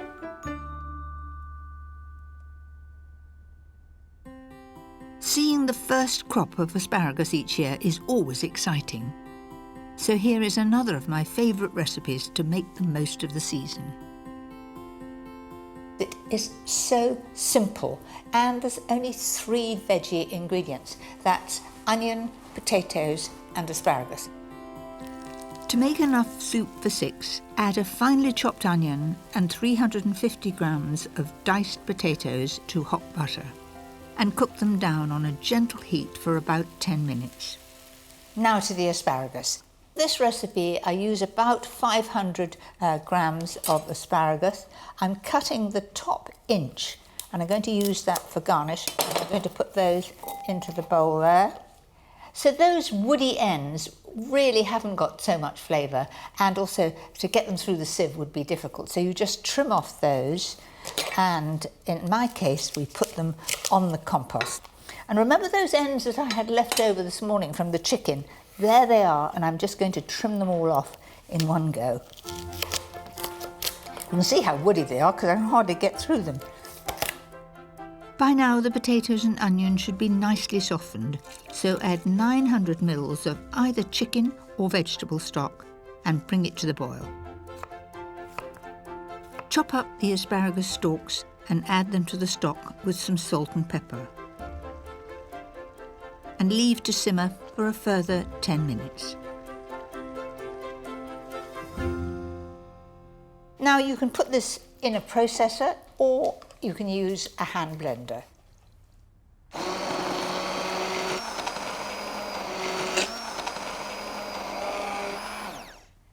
So you want to know something? I always use a processor and I'm not used to these hand blenders, and I'm learning that you don't lift it out with hot liquid because it goes all over you. So into the liquid and then switch on.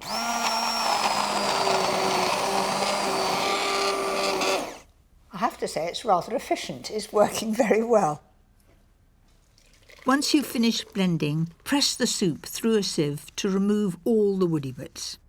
I can remember making pureed soups at college, and not only did we have to sieve them, you then had to put them through a cloth, fold it over and twist the ends. It was called tammying. Nobody ever does that now. Now, all that needs to be done is to reheat the soup and add 2 or 3 tablespoons of double cream. Now that adds a touch of luxury.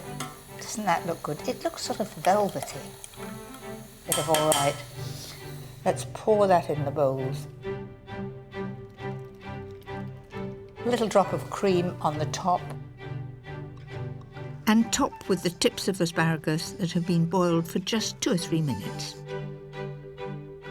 I know what you're thinking, it's an awfully big spoon, but my grandmother used to serve soup with this size spoon, so I'm following in her wake.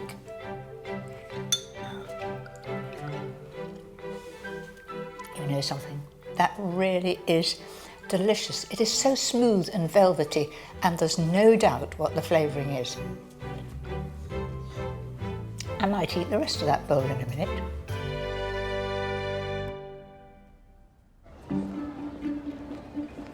Farmers' markets, like this one in Guildford, are relatively new. Many of them were started up to help farmers after the foot and mouth outbreak in the late 1990s. And now there are around 1,000 of them all over the country. That's the sharp one, going down to sweeter. I've got a few things on my list today. First stop is the fruit and veg stall of a local farm. Good morning. Good morning. What an amazing selection of apples. Thank you. Are they all locally grown? They're all grown on our farm in Kent. Yes, we grow just over 200 varieties now. So lots of variation. I like a fairly hard, sweet apple with a very, very crisp. What do you suggest? Okay, well this is a little tart at the moment. This is a Pitmarston pineapple. So in a warm atmosphere you get that lovely scent of pineapples. Really? It's quite an old variety from the 1700s. When it gets a little riper you might get a bit more sweetness. Is that a bit sharp at the moment? No, I think it's lovely. Of course, it's not just fruit and vegetable farmers here. All sorts of people get the chance to meet their customers and showcase their goods, from local cheeses Feral cheese feast I had. Yeah, thank you very much. to freshly caught fish. I had Seabass yesterday. I want a double Absolutely. And some beautiful artisan breads. Which are the most popular ones? Well, the most popular are the spelts, wholemeal, Sussex kibble. What's Sussex kibble? Sussex kibble, this is a recipe that I found in a village called Storrington in Sussex, and this is kibbled wheat. It's literally just cracked wheat. Cracked wheat, but cut up very small? Yes. I'd also like some sourdough. What about that one there? See, is it nice and brown underneath? Oh, you want to see the bottom? I like that, yes, I do. Very good. What I find so exciting nowadays is the amount of speciality goods that you can find in these markets. Hello. Oh, good morning, madam. How are you? A bit cold. Can I help you? And I've got some salads planned that will make good use of some of them. Do you have black olives I have in black. oil? Now, how should I keep those when I get home? I don't put them in the refrigerator. It's the worst place you can put them. Best place, I always tell people, buy the cooker, buy a bottle of red wine. There's nothing like bringing a selection home, and I think I've got everything I need for my next recipe. So the first of my 6 market salads is celeriac remoulade. And that's celeriac in a lovely, creamy, strong dressing. Start with the celeriac. I really need to be taller, don't I? Cut off all the knobbly bits and it's ready to shred. I'm going to use a slicer, and this is quite inexpensive. I think they're under £10. But to go back when I was at college, this was part of our equipment. You had a set of knives and you had a slicer like this. So this is, I hate to say, it's 60 years old. And you could do the celeriac on there, but there's no guard and you could so easily cut yourself. I'll just keep that to admire and keep it as part of my history.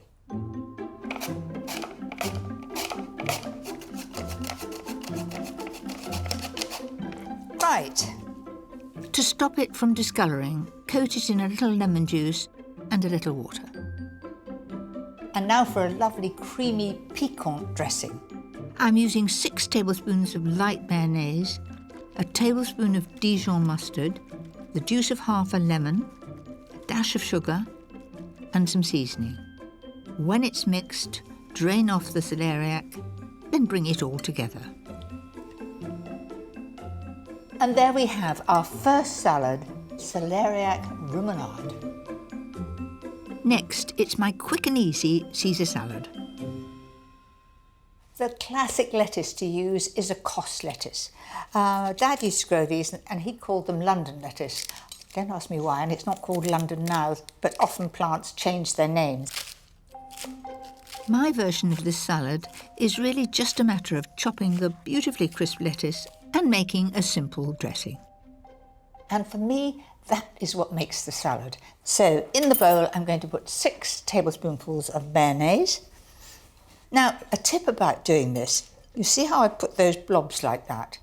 If you actually put the blobs so you can count them, because at home, the dog can want to be let out, the phone can ring, and you can never remember how many spoons you put in. So I know I've put 2 in, 3, 4.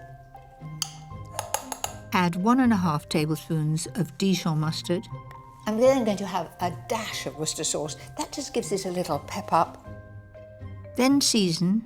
Now add some grated parmesan. 1, 2. And crushed garlic. If the mixture is a bit thick, just add a little water to thin it out.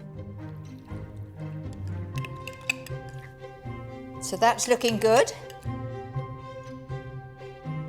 I'll just toss it, make sure that it's really well coated.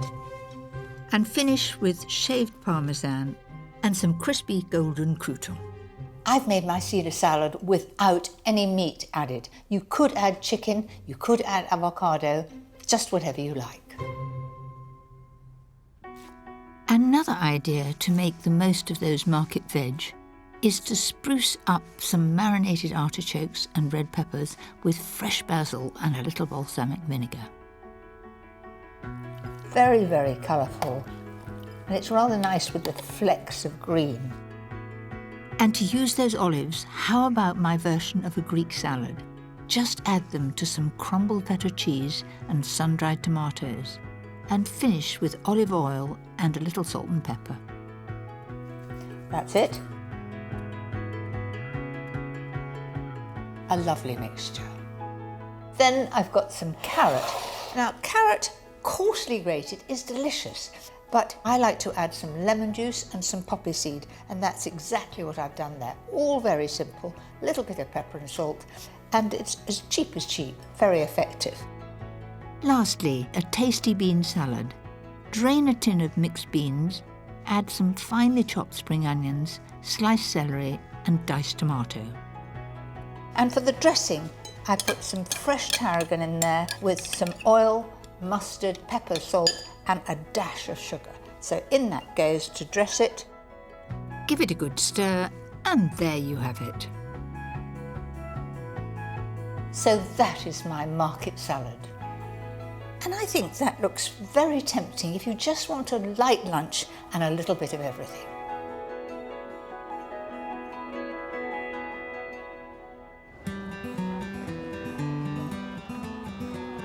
If I'm not in a hurry, I I always like to have a chat with the farmers and find out a bit more about them. I'm the wife and Dad is a farmer, so...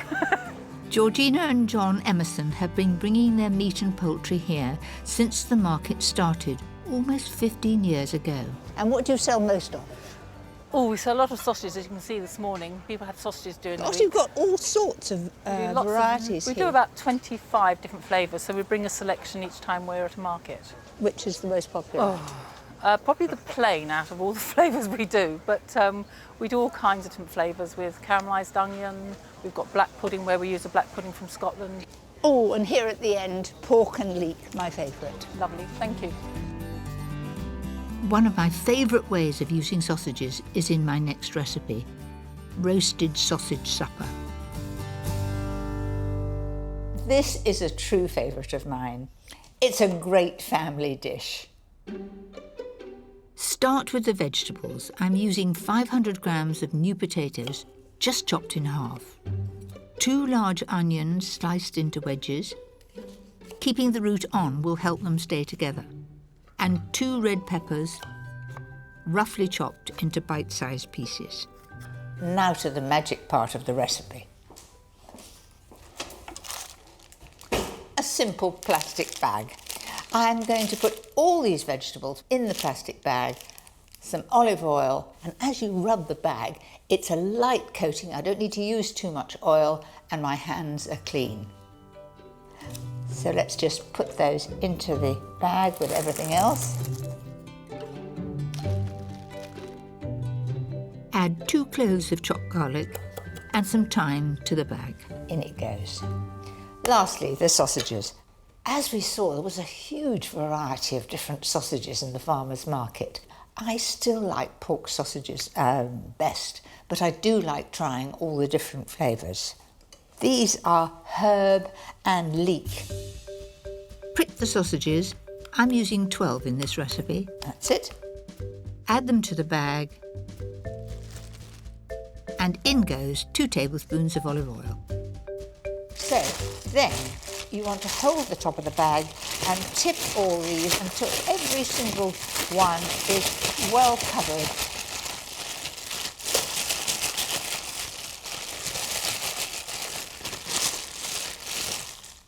I think that's a good job done. You'll need your biggest roasting tin for this. Just tip everything in. You want one even layer with the sausages on top so they cook through. Right, that's all ready for the oven, and I'm going to cook that at 200 degrees fan for about 35 or 40 minutes.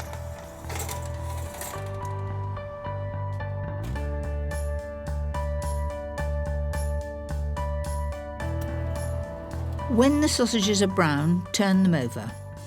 And for a bit of extra flavour, add 200 ml of white wine. Continue to cook at the same temperature for another 20 minutes. So, I'm off to lay the table sun ready for supper.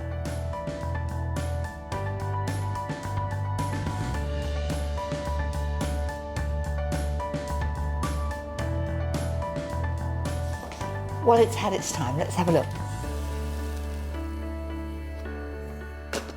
So, how about that then?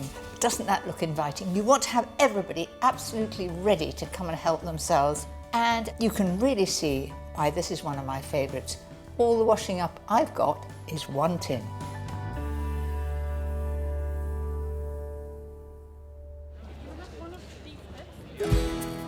Of course, the market is full of ideas for sweet things too. And I always keep my eyes peeled for the ingredients for one of my favourite tried and tested puds.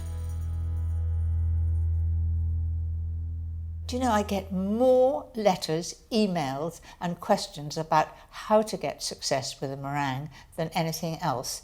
And I have a foolproof way that will give you success every time, so your problems will be over. So first of all, I'm going to separate the eggs. I've got 3 eggs here, and they're nice and fresh. The secret is to whisk on full speed, whether you're using a big mixer like this, or a handheld one, or even I had one when I was first married, one that you just went like this like mad. The main thing is you've got to get as much air into the egg white as you can. So full speed ahead now. When the egg whites start to look like cloud, add 175 grams of caster sugar, a spoonful at a time. Keep your mixer on full speed until the meringue is stiff.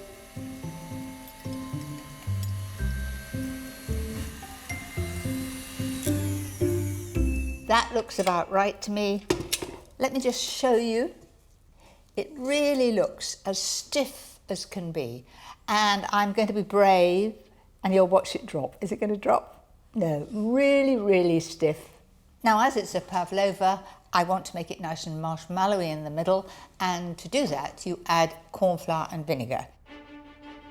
So mix a level teaspoon of corn flour and a teaspoon of white wine vinegar together, and then fold it into the meringue. Take a baking sheet topped with baking paper with a 20-centimetre circle marked out, and spread the pavlova mix on it. I'm being very careful to keep it within that pencil circle because that is the shape that I want. So squash that down and push it all out to the edges. And if you have children or grandchildren who enjoy cooking, let them do something like this, perhaps for Sunday tea. So I'm quite happy with that. It looks nice and informal. There are little peaks sticking out. And I've got a really nice cavity in there to put lots of cream and fruit. Turn down the preheated oven from 140 degrees fan to 130 degrees and cook the pavlova for an hour. Once it's cooked, the key is to turn off the oven and leave the pavlova inside to cool for a good 2 or 3 hours. So now to make the filling. I've got 225 grams of beautiful black currants, which I've taken off the stalks, and the same of red currants, and then I've got some blackberries as well. Those are huge blackberries. Add 175 grams of caster sugar. So on with the heat. And stir gently until all the sugar has melted. Then turn off the heat and add the 175 grams of blueberries. And leave it to cool completely before adding the raspberries. And then to make it really special, a little bit of cassis. About 2 or 3 tablespoons. 1, 2, oh definitely 3. Once the pavlova has cooled, it's time to bring the showstopper pud together. Well, that's just as I wanted it to be. That very, very pale, sort of creamy colour. And it is beautifully crisp. I've got some whipped cream here. Push it right to the sides. And this will stop the fruit juice going into the meringue.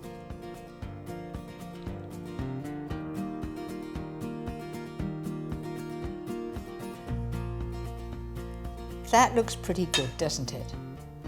Do you know, I've been making this for years and I still get excited.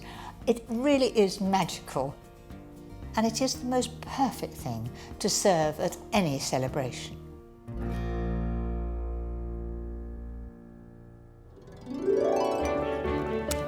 Next time. Hello! Rosemary. It's my favourite recipes inspired by the allotment.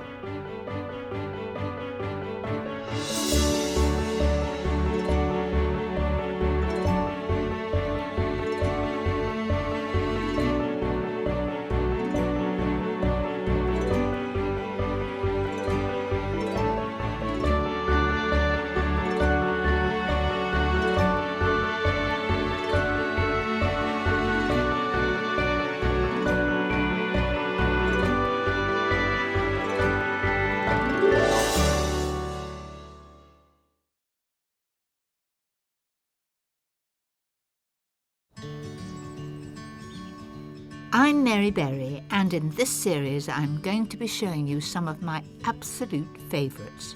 Not too difficult to make, not too many ingredients, and the sort of recipes that the family are going to say, ooh and ah, and please can we have them again? These favourites have been inspired by the places I love. The countryside, by the sea, markets and gardens. And of course, my home. I'll be sharing with you some brand new ideas and some recipes that I never ever tire of. Tonight, you're enjoying it, aren't you, darling? It's my favourite dishes inspired by my family.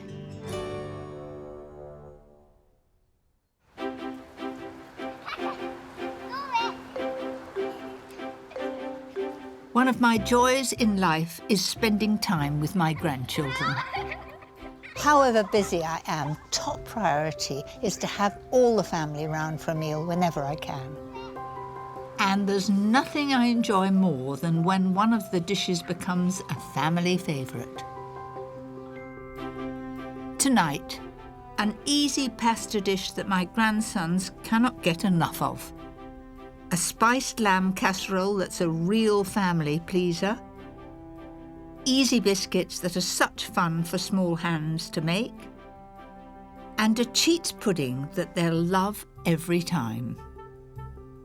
But first, a rice dish that's always the top of my husband's list.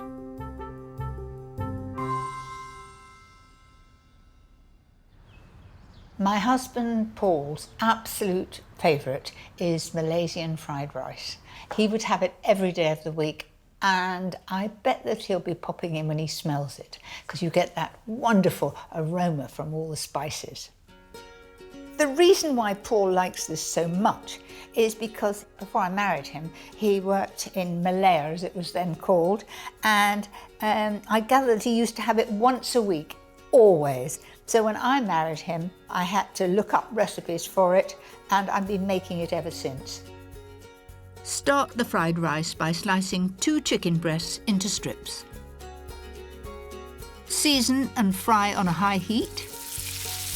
There is a real tendency to overcook chicken, and what I do is put some honey in the pan, and the honey makes it go golden brown in no time, because each little strip is only going to take about a minute to cook.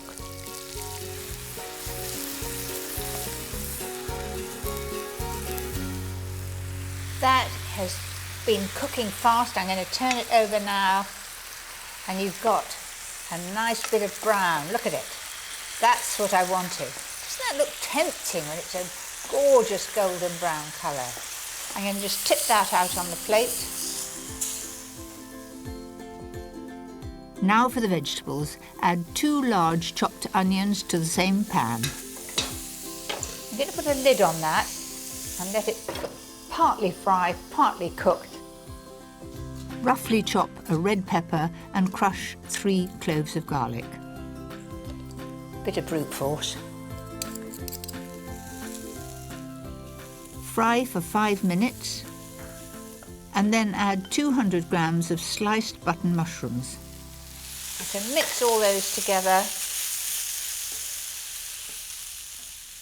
Now the spices that go in. I've got some mild chilli powder here, and I've got some curry powder. You can buy a mixture of Malaysian spices to make this, but I just use curry powder because that's what I've got on my shelf. So I'm going to have half a teaspoonful of mild chilli powder, and then a level tablespoonful of the curry powder. It's at this stage that if the doors are open in the house and you get that sort of spicy smell, Paul comes around the corner and just wonders what I'm up to. I wouldn't change my husband for the world, but in the kitchen, he doesn't become involved.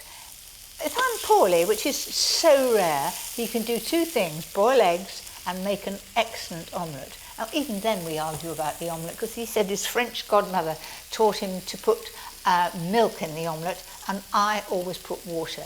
So I don't think we'll be very compatible in the kitchen. I think I like being there and just having him come in to enjoy it. I've already cooked 250 grams of long grain rice with 150 grams of frozen peas. Now it's cool, I can add it to the mix. It'll fry and become crispy if it's cold. If it's warm, it'll be soggy. So cold rice, cold peas, give it a good fry. Mix it all together, add 4 tablespoons of soy sauce and fry on a high heat until it's lovely and crispy. Put the chicken on the top to warm through and fry 1 egg for each person who's eating. That's it, it's ready. Didn't take many moments. So I'm going to stir in the chicken.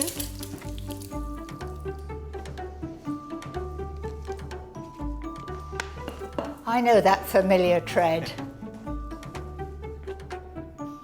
Yeah. Have a try. I'll take mine straight from the pan. See what you think.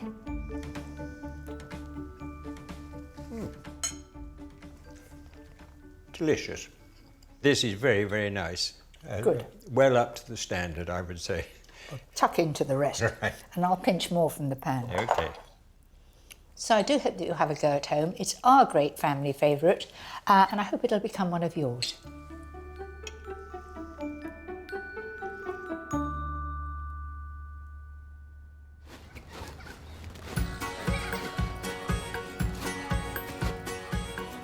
With 5 grandchildren who are always on the move, I'm never short of hungry visitors or helping hands in the kitchen. This next dish is a perfect way to get them cooking. Pasta in our house is always the first choice for supper. They started off with pesto with pasta, and now they have much more exciting things, but this time it's going to be chicken. And as you can see, I've got a bit of help. This is Hobie and Louis, and we're all going to do it together. Wish us luck.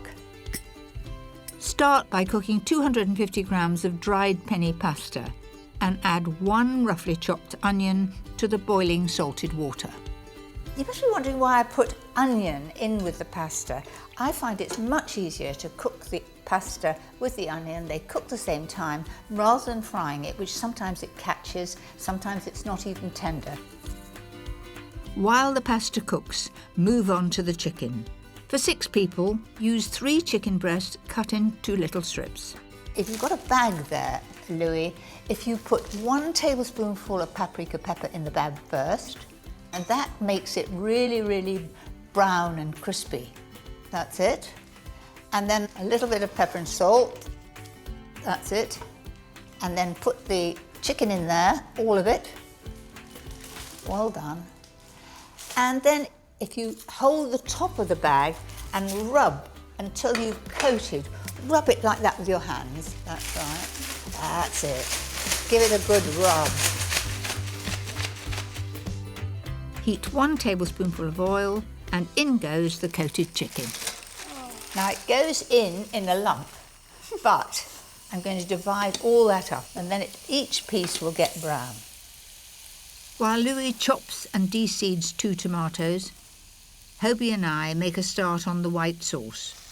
Melt 50 grams of butter and add 50 grams of plain flour. Sprinkle it in.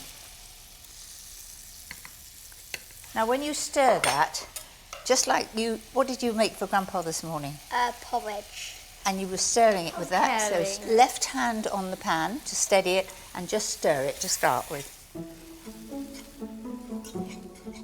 Now add 750 ml of hot milk in 2 lots. That's right. Now would you say that was getting smooth? Kind of. Kind of. I think that's pretty good. Add most of 100 grams of parmesan to the pan. That's it, and we'll keep that for the top. And then 1 teaspoon of Dijon mustard. So all of it or half? Just 1 level one. That's it, in it goes. Give that a bit of a stir. Finally season, then add the cooked pasta and onion. Pour half the mix into a 3-pint buttered oven-proof dish. Then we're going to put the chicken in. I'm going to do that in one layer like that. Then all the rest of the pasta over the top, and well done. It's not a bit burnt on the bottom. You stirred it all the time. That's it. Sprinkle the rest of the cheese and the chopped tomatoes on top. That's still warm, so I'm going to put it in the oven at 200 degrees fan, and it'll be all bubbling and crispy on top in about 20 minutes. How about going out and having a bit of a play till it's done?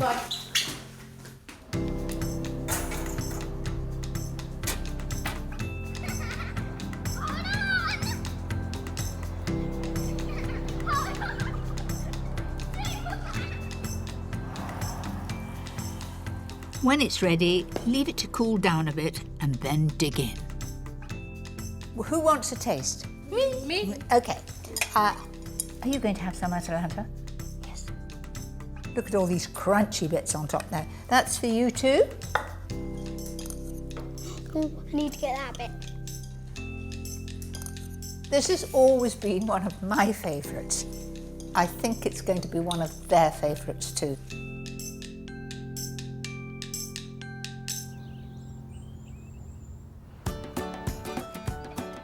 There's nothing I love more than a fun and relaxed Sunday lunch. With 3 generations around the table, there's always plenty to catch up on. Wow, what have we got here? Mashed potato. Mashed potato. Is that all there is? Family meals really mean time when everyone can stop what they're doing and just be together. It just gives us all a chance to have a good chat, talk about what's been going on in the day, and I love it. I love weekends when we're all there too. Tastes good. Flavour, yes. Wow. I love my granny's cooking because she never overdoes it or never underdoes it. And it's always really yummy. I love coming to Granny's to have a meal with all my family. And I like Falling over. eating all the food. You're enjoying it, aren't you, darling? Look at Hobie, it's away.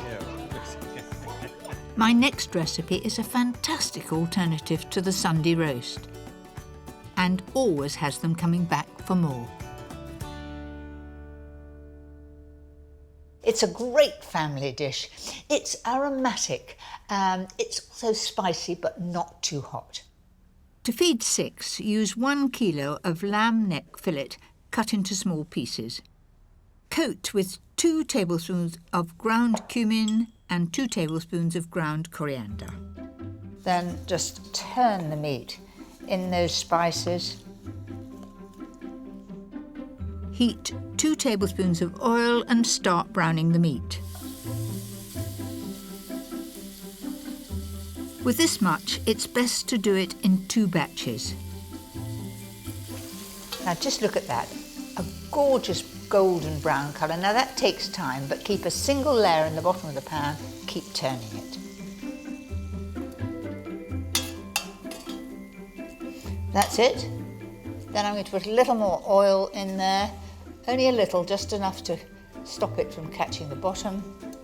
Add 2 sliced onions and around a tablespoon of freshly grated ginger. Give that a good stir. Now looking in the bottom of the pan there, you see that the onions have in fact cleaned all that lovely brown, crusty bit of flavour, and it's now on the onions. Now I'm going to add the other ingredients. First of all, the wine, 250 ml of white wine.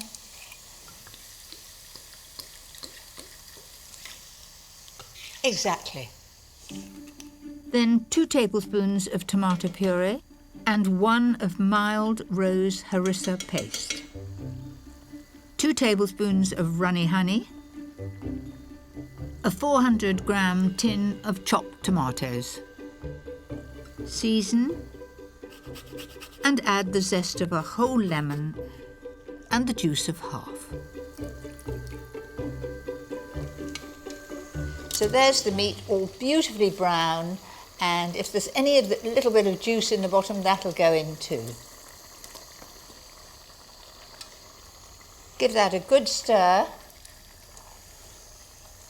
Gosh, doesn't that look good? Beautiful lamb and all those spices and tomato. On with the lid. So that goes in the oven at 140 fan for about 1.5 hours, just until it's tender.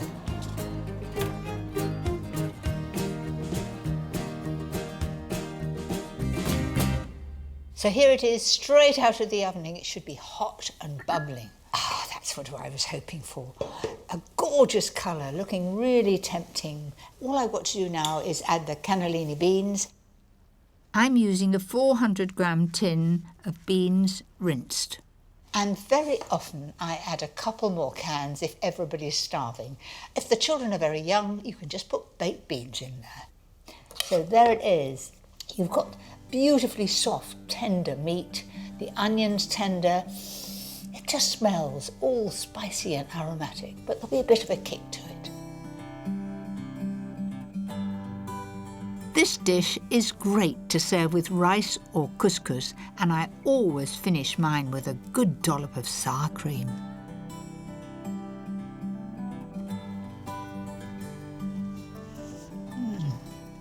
That is so good.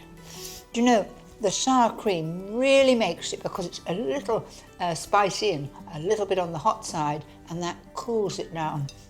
It's just lovely.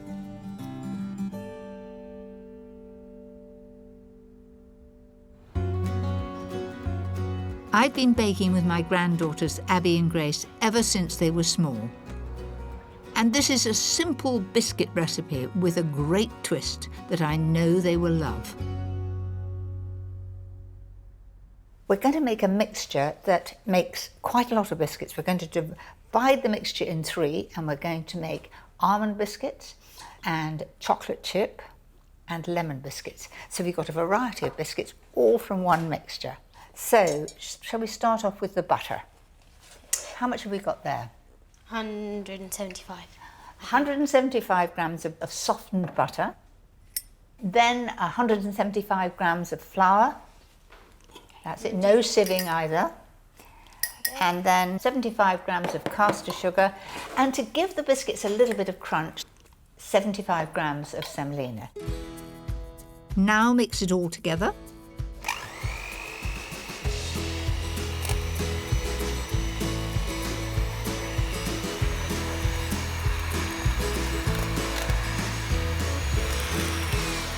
That looks about ready.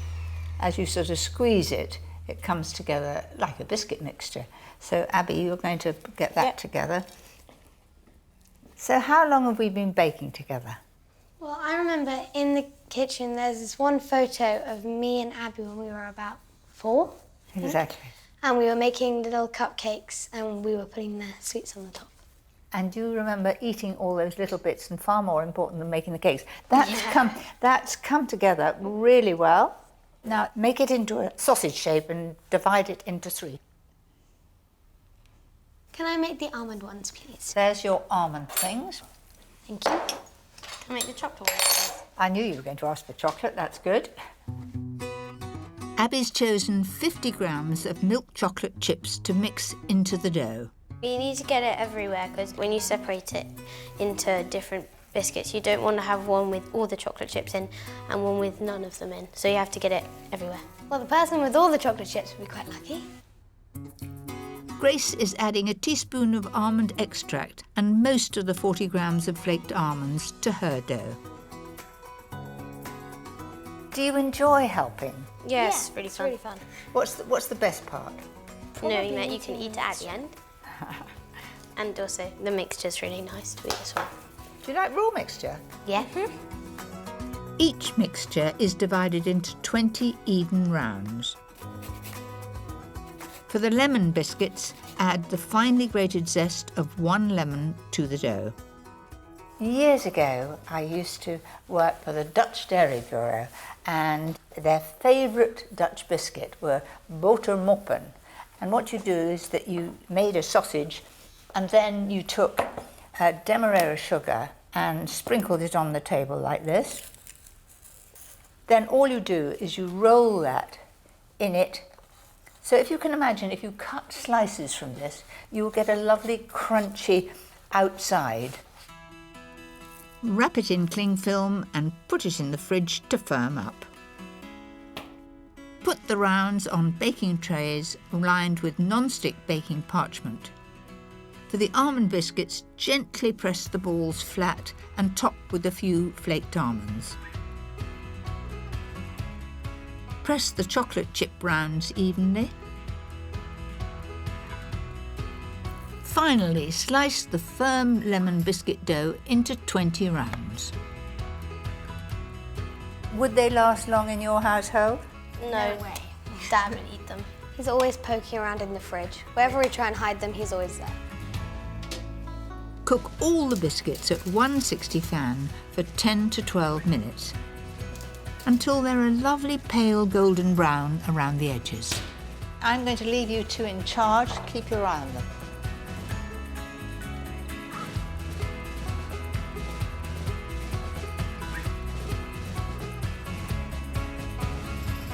Granny, we think they might be ready.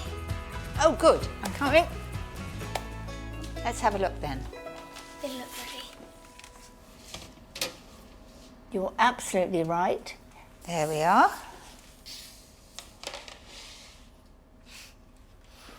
And those are perfect too. Well done.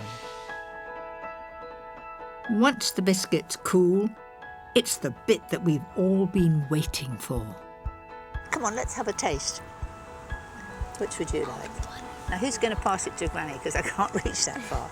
That's lovely. Now, I'm going for the lemon one. Okay. They're really nice. Could I have another one?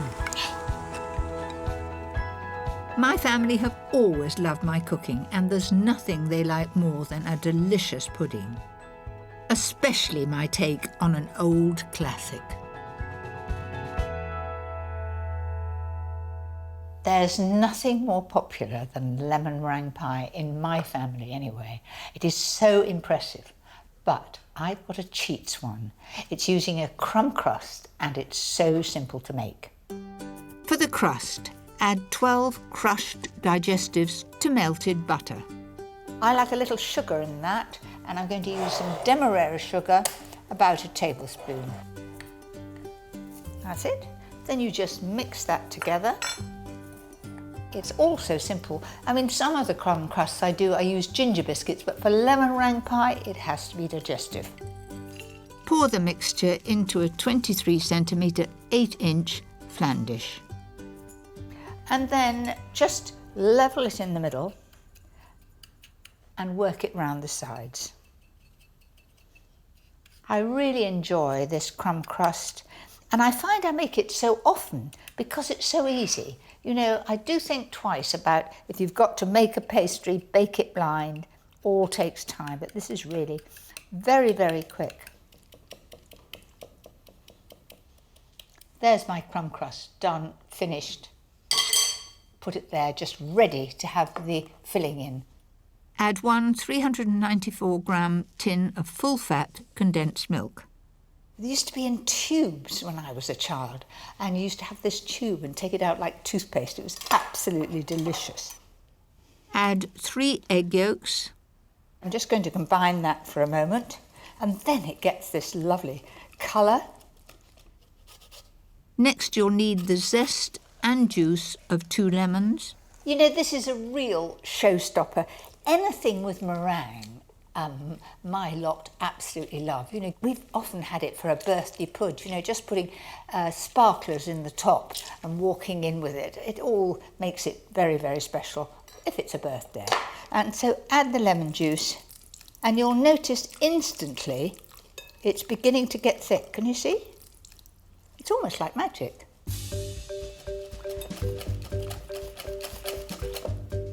That's it.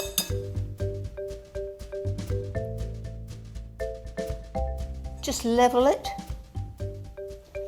right into the edges like that.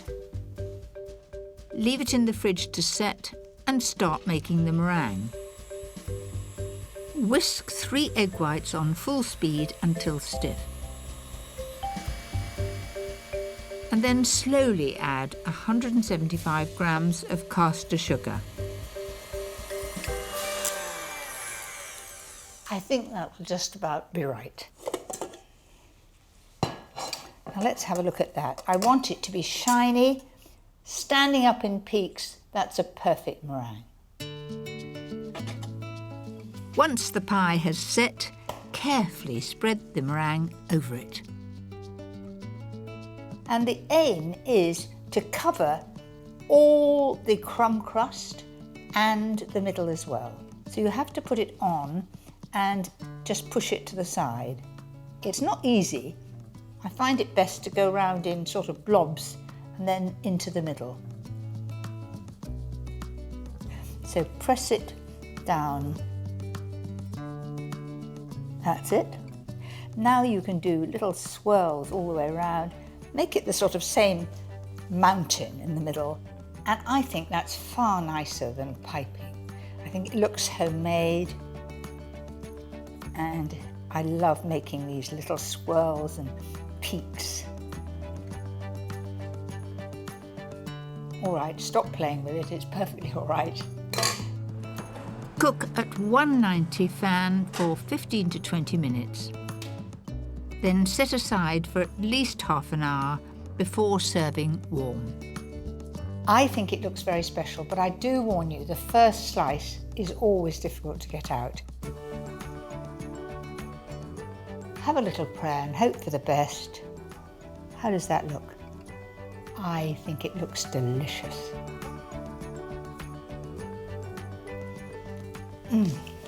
Oh, so good. I think everybody's going to enjoy that. Who's got room for my favourite pudding? So there you have it. Wow. Tom, you won't want any of this. No. Recipes to bring your whole family together. Is that meringue? This is meringue. Oh. I hope you'll enjoy them as much as we do. Atalanta, is it nice? What does it taste like? Coffee. Sure.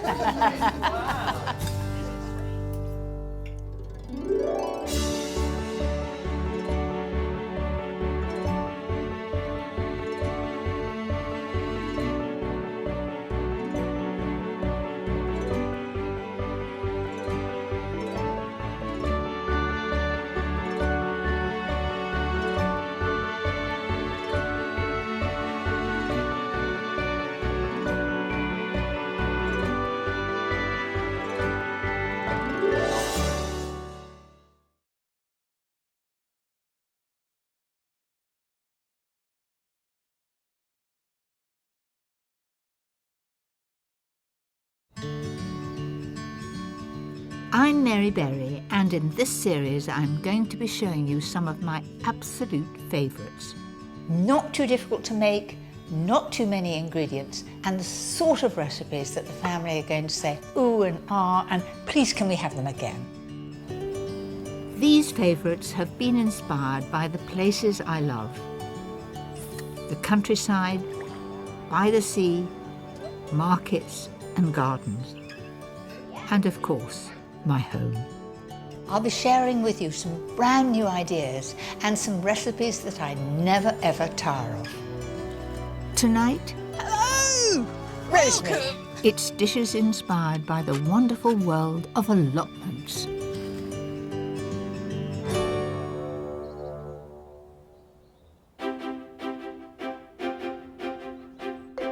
Like many others, during the war, my father turned our flower beds over to growing fruit and vegetables. So from an early age, I spent hours in the garden, and it's still one of my absolute joys. I continue to grow vegetables, but I'm just one of many who love this great British tradition. And today, 350,000 people have an allotment. They allow people from all walks of life to grow their own fresh food. They also bring friends and neighbours together, and in this programme I'm doing my favourite recipes inspired by the allotment. a classic way to use up all those leftover vegetables. My mother's favourite chicken dish with freshly dug potatoes. A delicious dinner party treat with winter root vegetables. And an absolute strawberry crowd pleaser. But first, my favourite dish to serve with homegrown salad leaves from the garden. So first of all, I'm going to line these ramekins with smoked trout, cold smoked trout. It looks like smoked salmon, but it has an excellent flavour. To make it easier to turn out later, line the ramekins with cling film. Then take each piece of smoked trout, and you need to have some just overlapping the top, like that, and put it all the way around.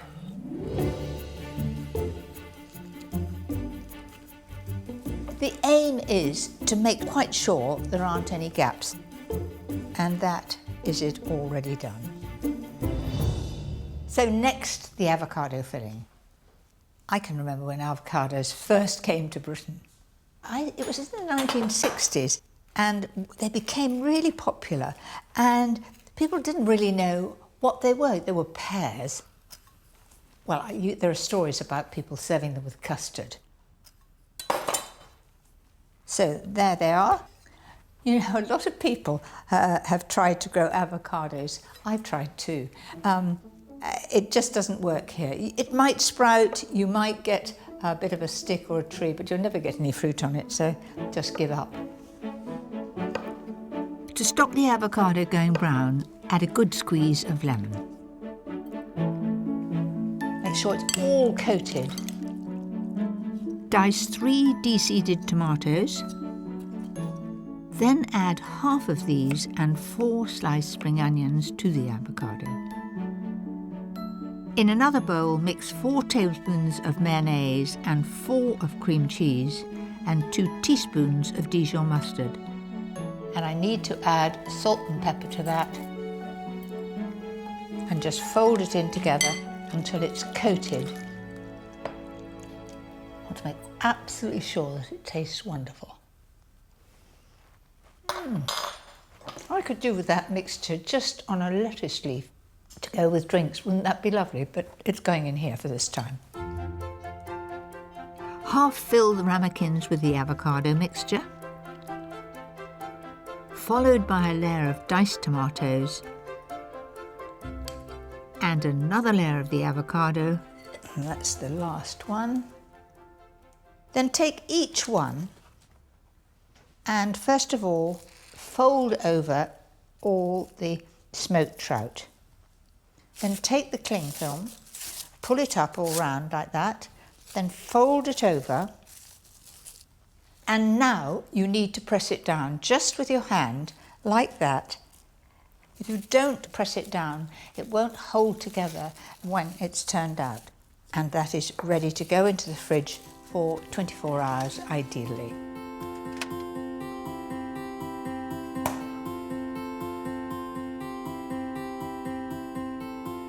Once the tianes have set, gather some of your salad leaves. A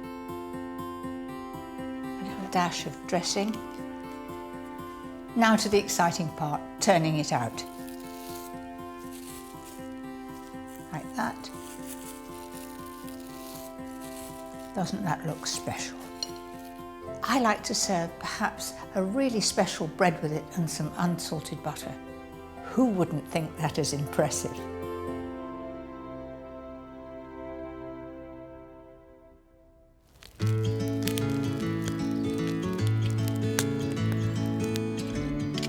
Whilst it's very tricky to grow avocados here, I'm off to see one of my oldest friends who, like me, loves to try and grow everything else. Hello! Welcome! Rosemary Moon helped to establish the Tangmere Community Garden in East Sussex. This is quite amazing. There are so many people here, all neighbours, all enjoying growing what they want to eat. Absolutely, and it's such an amazing place. Come on, let's go and have an explore and come and meet some people.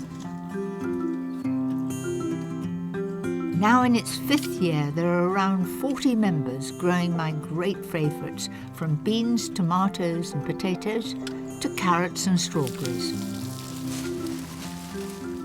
So, Mary, this is Steve and Rita, who are actually Captain Hello. Potatoes and Sweet Corn. Hello. Gosh, you're stripping off because it's obviously warm work. And this is Angie.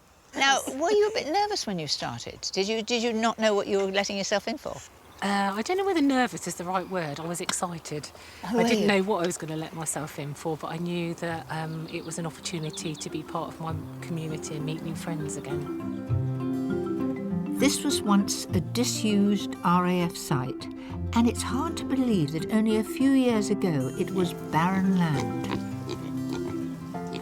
So, Mary, meet the newest members of the garden. Aren't they gorgeous? Absolutely lovely. They are saddlebacks, is that right? Yep, they're saddlebacks. They're 9 weeks old and they're from Aldington Trust up the road. They do like a little bit of a scratch. Come on, my poppet. Come on. There. Is that nice? Oh, look, come on, tummy tickle. I've always been wondering what my vocation in life is. Obviously, tickling. You're a pig whisperer. Oh.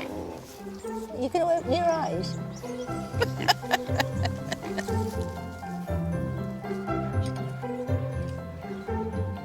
What I enjoy most about meeting other people who love gardening is to share tips and recipes.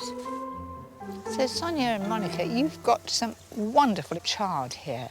What do you use it for? We use this basically as the lasagna pasta rather than the lace. That is ingenious. So you layer up the meat sauce, the bechamel sauce, and then instead of pasta, the stalk of the chard. Yes. I can't wait to try Monica's chard lasagna. But first, one of my most treasured recipes to make with your freshly dug new potatoes. This really is one of my great family recipes. My mother thought it was good, so it must be good. I think I invented it, I suppose, 15 or 20 years ago, and I've loved it ever since. And it's the one recipe that my mother said, this is really so good. She then went home and made it. And I said, did you have all the ingredients, Mum? And she said, well, I didn't have that fancy ginger that you have. She said, I used some of my dried ginger that I use for making ginger biscuits, and it was very good. We still didn't convert her ever to use real, proper, fresh ginger. Right, I'm going to start off by making the marinade, and I'm going to marinate this overnight, ideally. So, first of all, I'm going to put the orange juice in the bag. Then add 4 tablespoons of soy sauce, about an inch of grated ginger, 3 cloves of garlic, a teaspoon each of chopped thyme and sage. All that remains is a little bit of pepper and salt in there. And 2 tablespoons of sunflower oil. So that's the marinade done. Now to the chicken. What I'm going to do is spatchcock them. That means that you sort of flatten them out and you can get a lovely crisp outside to it. So turn it over and get a pair of sharp scissors and then just cut either side of the backbone. Cut that down, and it's not a difficult job, and you can always use the actual bone for stock. And then go the other side of it. I chose to use poussin. I think they're delicious young birds and they take on a great flavour from this sauce. Then I'm going to spatchcock the chicken. So with the back of your hand, just press that down and then take the wings and tuck them underneath. And you have your chicken already spatchcocked. Didn't take a moment. So put the poussin into the marinade. Now the good thing of doing it in a bag is you don't have a bowl to wash up, you don't get messy hands, and also putting it in the marinade like that means that you don't have to keep turning it, and there it is, getting that wonderful flavour. There we are. Now leave this to marinade, ideally for 24 hours. There's one. The smell is wonderful. It smells of herbs, garlic definitely. My secret to get a nice shine on the top of the chicken is to drizzle over some runny honey. Then that just helps it to get a nice colour on top. A little dab over the legs as well. So into the oven at about 180 degrees fan, just until it's got a nice colour. So that's had 20 minutes. There it is. Doesn't that look good?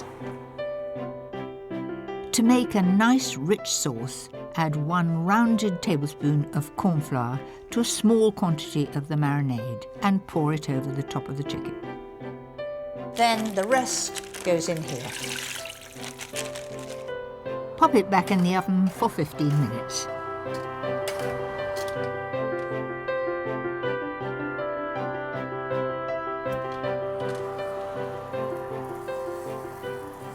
There it is, bubbling away. Ooh, that smells good. So we've got all the gravy in there, which will go beautifully with my new potatoes. Now you can see that is very, very succulent. No sign of any pinkness, beautifully cooked through. This gravy is to die for. I could just have it as soup. Oh, I've left plenty. So there you have it. That sauce and the poussin goes so well with new potatoes. When you squash the new potatoes down into the sauce, heaven.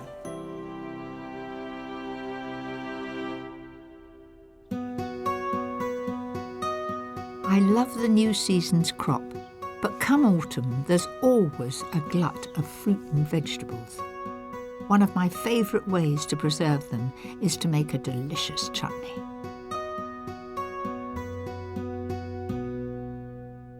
So I've got a lot of tomatoes here, and you know when they get a bit overripe, perfect for chutney. First, blanch, skin and chop 900 grams of tomatoes. Put that in the pan first because that adds the moisture. Then I'm adding 3 peppers, 3 medium onions, a courgette, an aubergine and 4 cloves of garlic. But you can add any vegetable you like as long as its weight comes up to around 2.5 kilos. Now to the ginger. When I was making chutney in my younger days, there was not such a thing as fresh ginger. There was ginger, you bought it from the greengrocer, but it was all shriveled and dried. But how much nicer now we have fresh ginger. I use it a lot in recipes and I love it. Might have to scrape it down. That's it. Looking around, what else have I got to add? It's the chilli. Now you make it as hot as you want to. I'm adding 1 fair-sized chilli. All the veggies are in there and I'm just starting it on a low heat.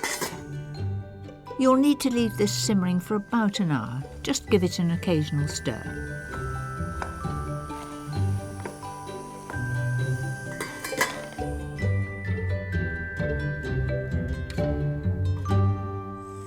This should be ready.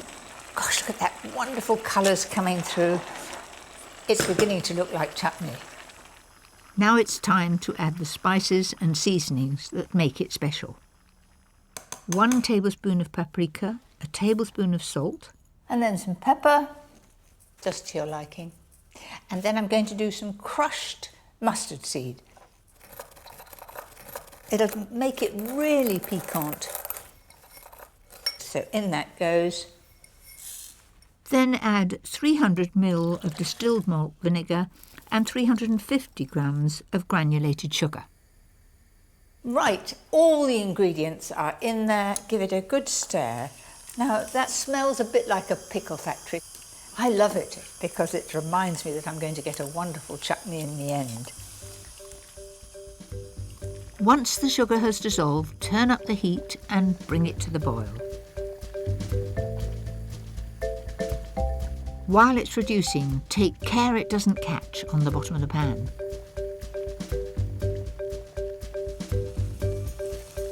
Right, it's got to the right consistency. There is no runny liquid in the bottom. So I'm going to turn the heat off. That looks really good.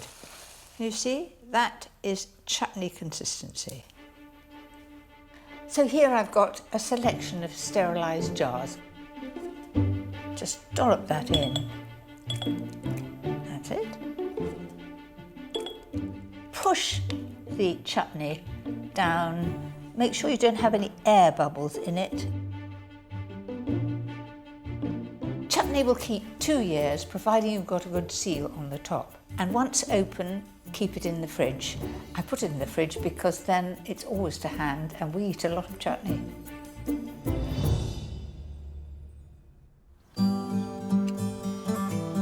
One of the special things about the Tangmere allotment is that it's not only about growing. What I like is that you have cooking sessions here.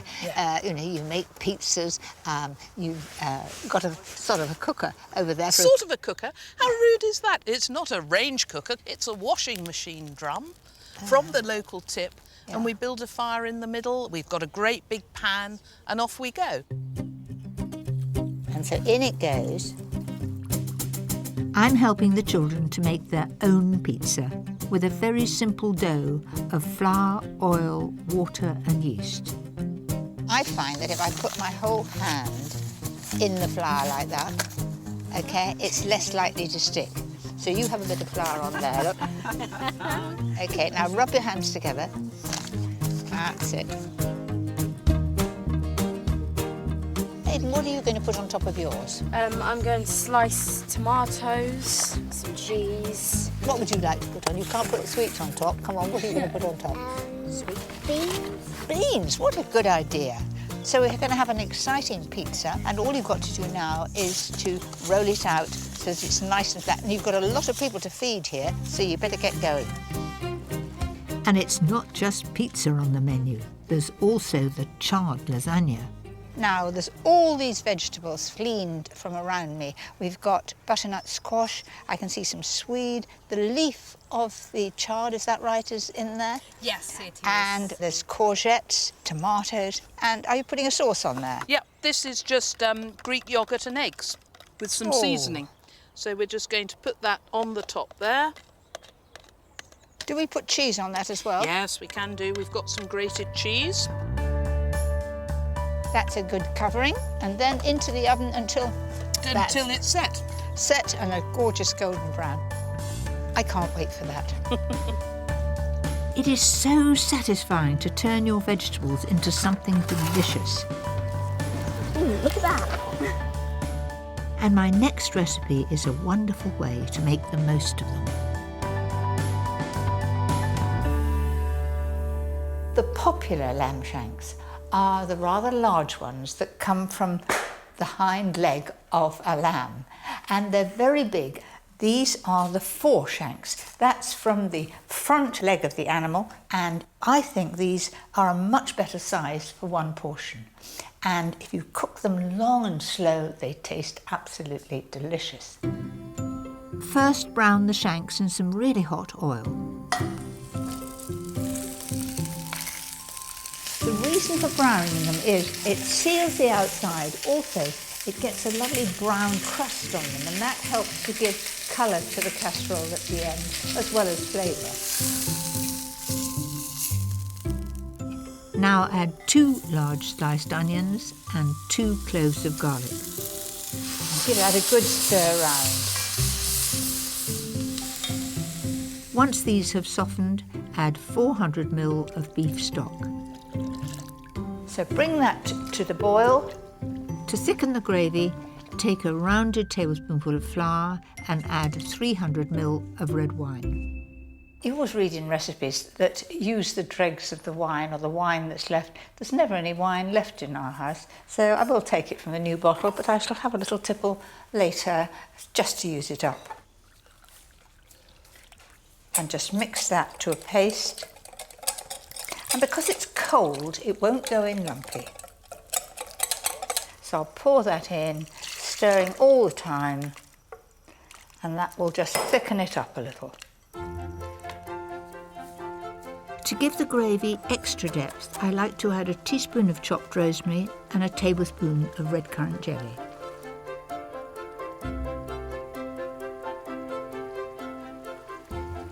It looks pretty delicious there, and I'm just going to let it cook slowly now at 140 fan for about 2 hours, just until it's tender. When you grow your own vegetables, they're very precious, but sometimes when you put vegetables into a casserole, they're cooked for far too long, they lose their flavour and they're mushy. I like to boil them for about 8 to 10 minutes in salted water, so they're just tender, and then half of them I just toss into butter. Oh, you've got to be strong to carry this lot. Oh, look at that. It's a really good, rich brown colour. Now add the rest of the vegetables to the casserole. So everybody will have some vegetables that are actually in the casserole and some that are lovely and fresh looking and colourful. And then a little of the sauce over the top.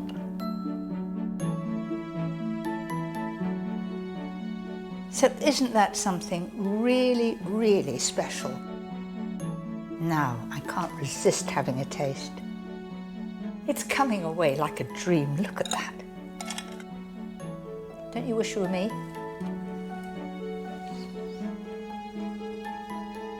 Do you know what? That's a cracking recipe.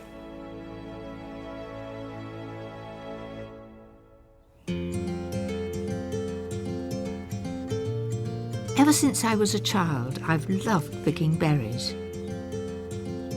And there's no end to the delicious things you can make with them. Lucy's strawberry slices. Why Lucy's strawberry slices? Because Lucy's been with me now for 24 years. Together we develop all the recipes. And this is one of her great favourites. They are dead easy to make, all in one method, and so delicious to eat. To make the sponge, take 4 eggs, 225 grams of baking spread, then add 225 grams of sugar, 300 grams of self-raising flour, and 2 level teaspoons of baking powder. Let's put the lid on because I'm bound to knock it over. That's it. Then add 1 teaspoon of vanilla extract and 4 tablespoons of milk. And then move it round gently.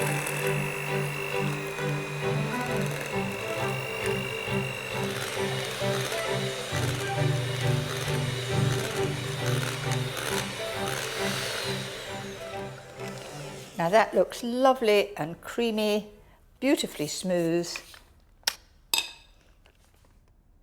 Turn it all into a 23 by 30 greased and lined tray bake tin.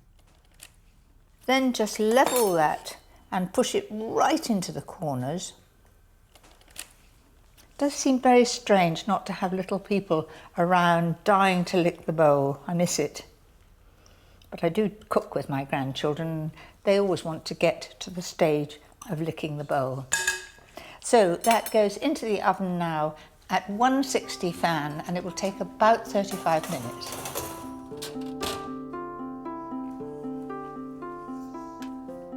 You'll know when it's ready when it's pale golden brown and springy to the touch. Now just trim the edges and cut it into 27 pieces. Now you must think that's an odd number, but 3 9s are 27. So if I do 3 strips and then cut each one into 9. There we are, 27 little soldiers there. Now to the filling. Mix 2 tablespoons of strawberry jam with 300 grams of halved strawberries and add a squeeze of lemon juice. The strawberry jam just gives them a wonderful shine and a gloss. Add 200 ml of creme fraiche, to 300 ml of whipped cream. Right, now to the filling of them. Then on go the strawberries. And gentle squeeze. And they look, I think, most inviting. A different way of having strawberries and cream. You're wondering what this one's? Did I forget to put it on the plate?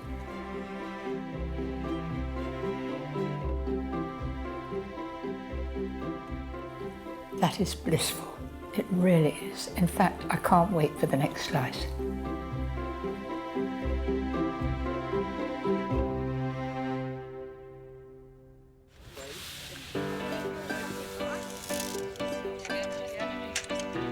Do I push it right to the back? Yep. That's it. There we are. This is what it's all about. A day on the allotment, producing wonderful food. And the reward, right at the end of the day, is a great gathering like this. Tables being laid, all the food has come off the land. So I'm going to join them, and I'm hoping there's a very nice glass of cold white wine as well. Here's to Tangmere Community Garden. Every success in 2050. Thank you. Cheers.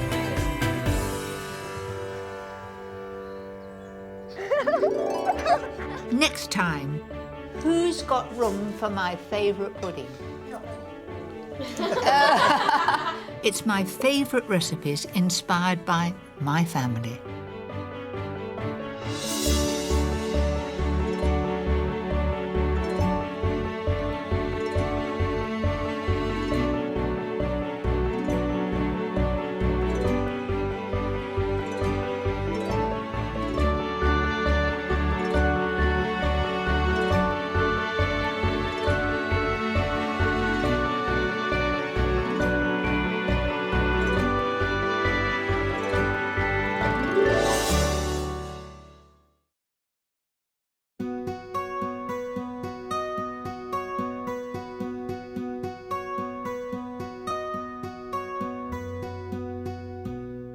So I've got a lot of tomatoes here, and you know when they get a bit overripe, perfect for chutney. First, blanch, skin and chop 900 grams of tomatoes. Put that in the pan first, because that adds the moisture. Then I'm adding 3 peppers, 3 medium onions, a courgette, an aubergine and 4 cloves of garlic. But you can add any vegetable you like as long as its weight comes up to around 2.5 kilos. Now to the ginger. When I was making chutney in my younger days, there was not such a thing as fresh ginger. There was ginger, you bought it from the greengrocer, but it was all shriveled and dried.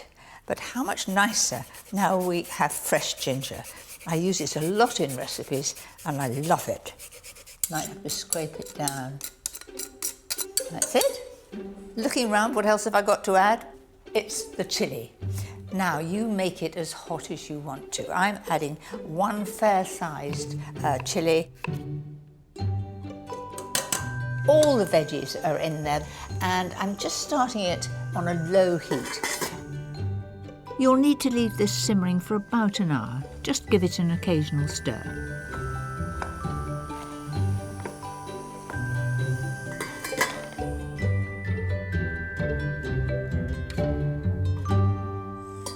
This should be ready. Gosh, look at that wonderful colours coming through. It's beginning to look like chutney. Now it's time to add the spices and seasonings that make it special. 1 tablespoon of paprika, a tablespoon of salt. And then some pepper, just to your liking. And then I'm going to do some crushed mustard seed. It'll make it really piquant. So in that goes. Then add 300 ml of distilled malt vinegar and 350 grams of granulated sugar. Right, all the ingredients are in there. Give it a good stir. Now, that smells a bit like a pickle factory. I love it because it reminds me that I'm going to get a wonderful chutney in the end. Once the sugar has dissolved, turn up the heat and bring it to the boil. While it's reducing, take care it doesn't catch on the bottom of the pan.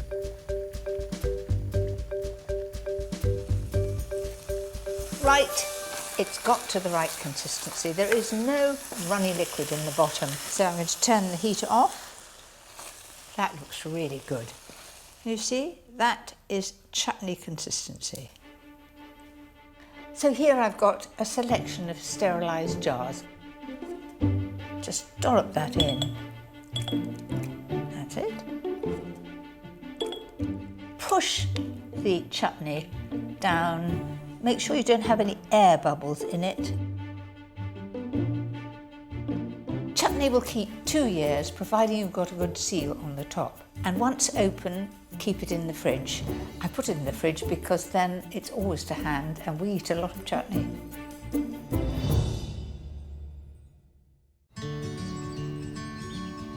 I'm Mary Berry, and in this series I'm going to be showing you some of my absolute favourites.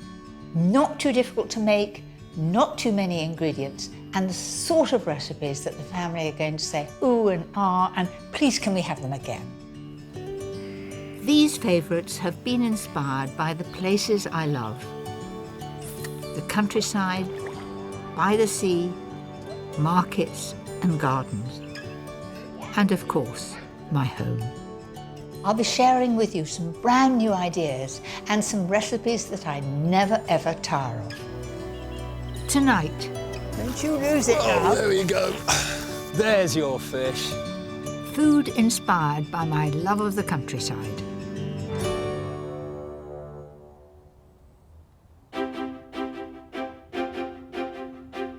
I was brought up in the country in a village near Bath. And so the countryside inspires many of my dishes. We're so lucky in Britain that our fields, forests and rivers are teeming with delicious produce. Whether it's game, hedgerow fruits, wild mushrooms or wonderful freshwater fish. What a little beauty, Isn't aren't that you? lovely? I can't help but be inspired. And tonight, I'm sharing my countryside favourites with you. A dinner party treat with pheasant, my family's favourite lasagna, a delicious mushroom feast for any time of day, and a great idea for windfall apples. But first, these little mushroom Scotch eggs, perfect for a countryside picnic. When you think of Scotch eggs, you think of a hen's egg with a nice sausage coating. But I'm doing them with a difference, using quail's eggs and putting a lovely mushroom mixture outside. To start with, place the eggs in cold water, bring them to the boil and let them cook for a further minute and a half. Whilst they cool, that's it, start the coating. I've got 2 shallots here. It's important to cut them really finely because they've got to be small enough to coat round those little eggs. Fry off the shallots before adding 250 grams of finely chopped chestnut mushrooms. Then add 30 grams of panko breadcrumbs. And mix all that together and then cool it. Into the bowl. Now to get on with the tricky job of peeling those tiny eggs. So, take each egg and roll it on the board and then peel it. Not much you can do with the shells. Some people put them round their hostas. I know I do. I give them a good crushing and it stops the snails eating them. This is a very boring job. If you've got someone who wants to help you in the kitchen or someone you want to keep busy, say, why don't you peel the eggs for me? By the time you're done, the mushroom mixture should be cold enough to add a hen's egg. This will help to hold it together. I'm now going to take my eggs and mushrooms to my production line over here. Roll the eggs in plain flour, then coat each one with the mushroom mixture. It's quite a gentle process because the egg yolk isn't quite hard in the middle, and you've got to do it with great care. Finally, dip them into flour, egg and breadcrumbs. So there they are, beautifully coated and ready to fry. Now, if you want to do this a day ahead, just leave them like that on a plate in the fridge and fry them when you need them. Heat a good amount of oil and shallow fry them until golden and crispy. Keep turning them round. They do look really good, don't they? These look perfect. That's it. Allow them to cool slightly before slicing. Just go gently around the crispy outside and then straight through the middle. And all is revealed. Just look at that. Absolutely perfect. Imagine being on a picnic on a sunny day in the countryside, just having that. Could you beat it? I don't think you could. One of my favourite things to do in the countryside is to forage. But in the autumn, the woods come alive with one thing I'm a little wary of picking: wild mushrooms. Many varieties can be deadly, so I'm getting some expert advice. Today, hopefully, we're going to find some really easy to identify edible types like the porcini. Marlowe Renton knows everything there is to know about wild mushrooms, and there's no better place than right here in the New Forest. Wait a minute. Well, I can see a treasure here. Just look at that, that's a porcini. that is a porcini mushroom. Oh, Certainly is. And I'm sure you recognise this I do. mushroom as well. A porcini, penny bun, Yeah. or The sap a is- sap. The smell. The smell is so wonderful, and that to me is the king of mushrooms. It is just about the tastiest mushroom that you get in the wild in the UK. I hope there's some more to find. That's the first mushroom we've found. This is obviously going to be a good day. It's very important to know the poisonous mushrooms when you're out foraging, probably more so than knowing the actual edible mushrooms. Of the 3,500 varieties of mushrooms, about 100 make for good eating, and around 30 are deadly poisonous. Over here, by the looks of it, there's a very dangerous looking little mushroom here. The Amanita family is a really important family for foragers to know about because it contains the most poisonous mushrooms in the UK. And in this family, there's the deathcap, which obviously doesn't sound very edible. And this one, which is the destroying angel, responsible for the majority of the mushroom poisoning deaths that I've heard about in the last few years. So if you don't know what it is, don't pick it, don't eat it. Exactly. There's something white over here. Do you know what those are? Oh, wow. Do you recognise this mushroom? This Not is the at sort of all. mushroom that you find in restaurants and all the best markets in France. This is a gourmet mushroom. First of all, as you said, it's kind of a whitish cap. Yep. And then underneath, it has these spikes or spines instead of gills or sponge. And that tells me that this is a hedgehog fungus, Hydenum repandum. This is the safest mushroom to forage in the UK. There is nothing else that looks like this. And these little spikes, you need your glasses on to see them, but they are standing up like a hedgehog. One last little thing with the hedgehog as well. When you find the hedgehog fungus, we always scrape off the spines before we put it in the bag. If there are any spores, any babies mature enough on those spines to actually go and create a new mushroom, we've left them behind to do that. Right, let's see what else we can find. What's that? It's a very interesting mushroom. It's in the Boletus family, along with those porcinis, the one that we found earlier. But this one has very definite red on the sponge. And secondly, when we cut through this Mind mushroom, your hand. it will stain very blue very quickly. Good gracious, that is unmistakably blue. And also it looks a little bit frightening. I wouldn't go for that. If you don't really know what you're doing, you should leave them behind because some of them are deadly poisonous. If you are not brave enough to go picking by yourself, stick to the huge variety you can find in the shops. Now, to make the most of them, here's a favourite of mine.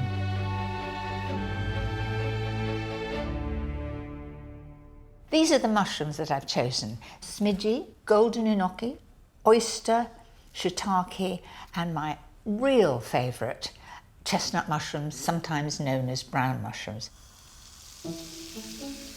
Start by frying 3 slices of Parma ham in a little oil. It could be Black Forest, it could be Serrano, and you can also, if you look far enough, you can get British dry-cured ham. And I want it to become beautifully crispy.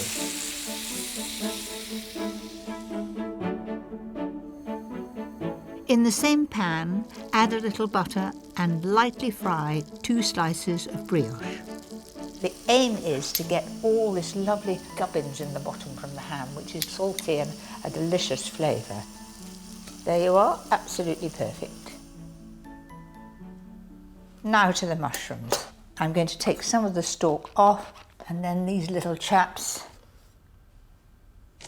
In the war, we lived in a house with a cellar, and Dad used to grow mushrooms in the cellar, and it was almost like magic. The day before you wouldn't see any mushrooms, and then you would these little tiny button mushrooms. So I've enjoyed them all my life.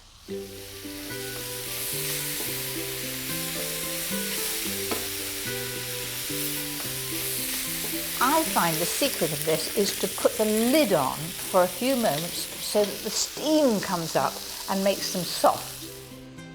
When the mushrooms have softened, take the lid off so any extra liquid will evaporate. Then I'm going to add a dollop of creme fraiche, full fat of course. Don't make the mistake of using low-fat creme fraiche. It wants to be really rich and a good consistency. And it's ready.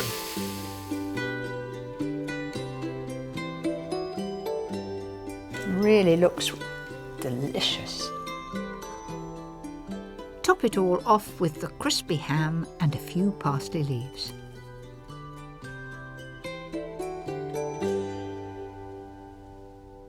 I think that looks so tempting. Do you know, I'm just going to pinch a little bit off the side and a bit of bacon. They won't miss that bit, will they? I think that is a great light lunch, especially if you've got the girls coming around or you've played a game of tennis or golf or something. Come home and have that. Brilliant. One thing we're lucky enough to have in abundance is game. But it can seem daunting to cook. So if you're unsure about giving it a try, here's a pheasant dish that is very simple and delicious.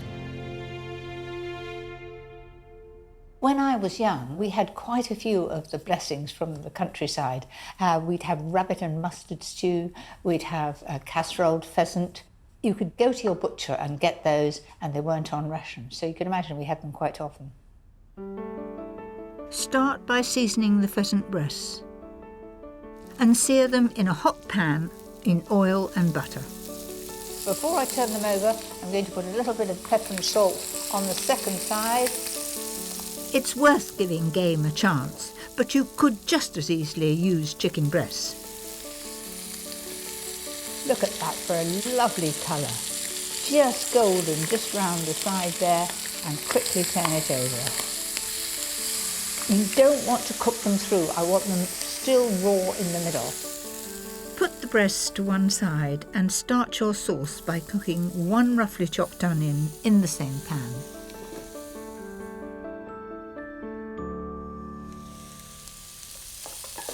So those look pretty good to me. They're translucent, they're not too brown. I like leaving them in great big pieces. I think it looks good. This is one of the recipes that you really don't have to chop them finely. Now add 2 level tablespoons of paprika, 1 tablespoon of light muscovado sugar and 300 ml of double cream. This is rich, it is full of flavour, it is sheer luxury. Gosh, that's a wonderful colour. Now I'm going to add the pheasant back into that wonderful mixture.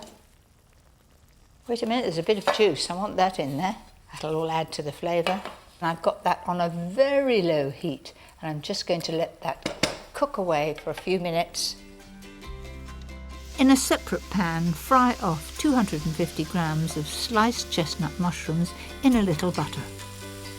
It may seem fussy to do them separately, but it makes all the difference. They get a little bit of colour, you evaporate some of that liquid, and they don't look sort of pale and insignificant in the dish.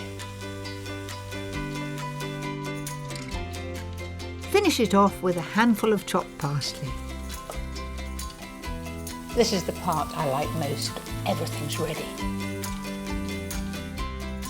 I like to serve it with some creamy mashed potato and some young broad beans. What could be nicer? And lastly, here comes our pheasant. And plenty of sauce to go with it.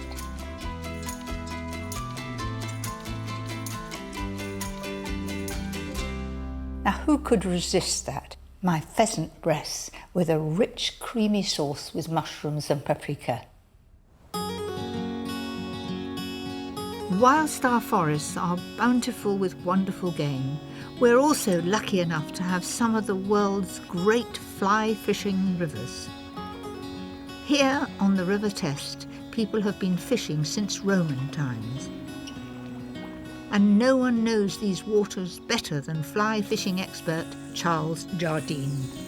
It's so special because the water that's come up through the chalk springs is fueled with all sorts of nutriments, great for insect growth, which is great for fish growth. And it's that makes this so special.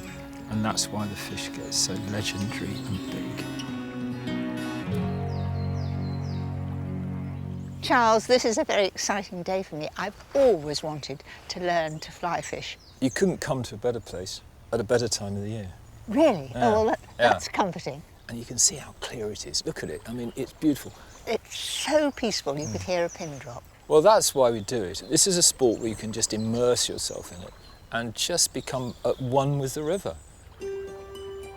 These rivers are a host to some of the country's finest freshwater fish, such as grayling. But what this area is most famous for is its trout. The idea is to cast. And what I want to try and do is make a big plop. Lift and just tap. Do you remember? So we'll cast over there. Oh, you got one. There's a fish. It's so small. It's there. It's a minnow. But you've got to start somewhere. There you are. You've caught your first fish on a fly. Now, it's not colossal. It's a minnow. That was a second cast, but I've never seen a smaller fish. Shall I just chuck that back in? I'll just pop it back in. There we are. If Charles and I want a decent lunch, we're going to need something rather bigger than that. There is a big grayling up here, and I'd just like you to see one, really. There we are, there's our grayling. Now, what I want you to do is to feel a fish, and then I want you to catch one. Just feel what it's doing. This is where you need soft hands. And you just wait until I've got my net, and then I'm going to show you one of nature's little joys. And just move the rod tip towards me and slide the fish across the water. There we go. That's a grayling. And if you look at this beautiful fin, isn't that beautiful? It's one of the original white fishes that came down from the Arctic Circle and came down with the Ice Age. You can eat grayling, and they're very good to eat, but you wouldn't eat this one. It's too small. So he's going back. That one's going back. There you are. That's gone off quite happily. I'll spend hours putting fish back, but that's a grayling. Now we want a trout. With no sign of the elusive trout, we decide to try our luck a bit further upstream.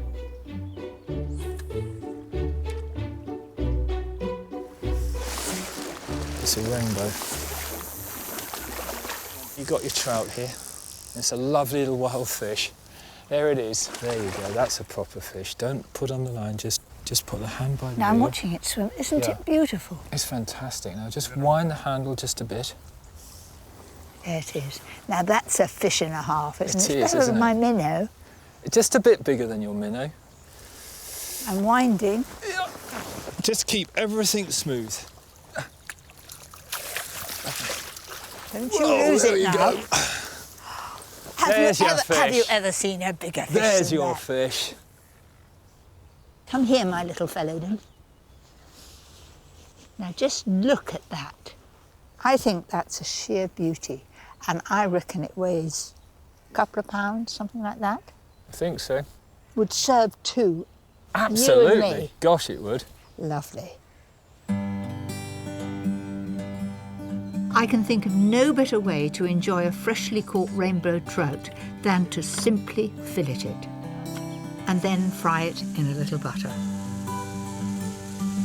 Look at that. Look. That's fantastic. Look Not at that. bad. We shouldn't That's catch such it. big fish, really, should we? It's beautiful. Now I'm just going to add to that a little bit of dill in here. Oh, right, you're going to... And can you squeeze some lemon? Your hands are drier than mine. Into there. That's perfect. I'm just so excited to try it. That's truly lovely. It is sheer perfection. All I've got to do is to thank you for such a memorable day. No, thank you. Do you know something? I think I've got the bug.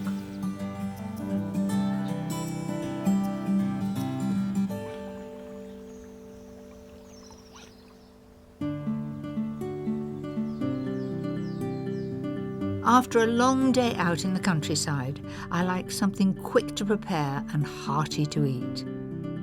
And this lasagna using sausage meat and mushrooms is a real favourite of mine. I've been making this lasagna for quite some time, and my family think that it's the very, very best, and I'm very pleased with that because it's so quick and easy to make. Start by frying off 450 grams of sausage meat. Every little bit wants to be a lovely golden brown colour.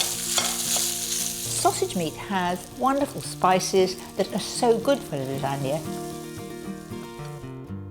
Add 2 tablespoonfuls of flour, 2 cloves of crushed garlic and 1 chopped chilli. I suppose it's quite unusual to put a bit of chilli in, but my lot seem to like chilli and things more and more and more, so up to you whether you put it in or not. Gosh, that looks quite colourful with a fleck of red in there. Then mushrooms, thinly sliced. Fry those for a few minutes. Then in goes the creme fraiche. The creme fraiche is to replace a bechamel sauce. And it is so simple, easy, and a lot less effort. At this point, add a generous handful of chopped spinach. Plenty of interest there with the spinach, the mushrooms, the chillies. It looks good, doesn't it? I could eat that right now, but it's going into the lasagna. Now for a very simple tomato sauce. Mix 2 tablespoons of sun-dried tomato paste, 1 teaspoon of light muscovado sugar, 500 ml of passata, and some freshly chopped sage and thyme leaves. And that's it. And now it's an assembly job. So 1/3 of this. All right? Then you take the sauce, and the sauce you just dribble informally over the top. Soak the pasta sheets for 10 minutes in hot water to help reduce the cooking time before adding them to the lasagna. That's it. And then you do the whole procedure again.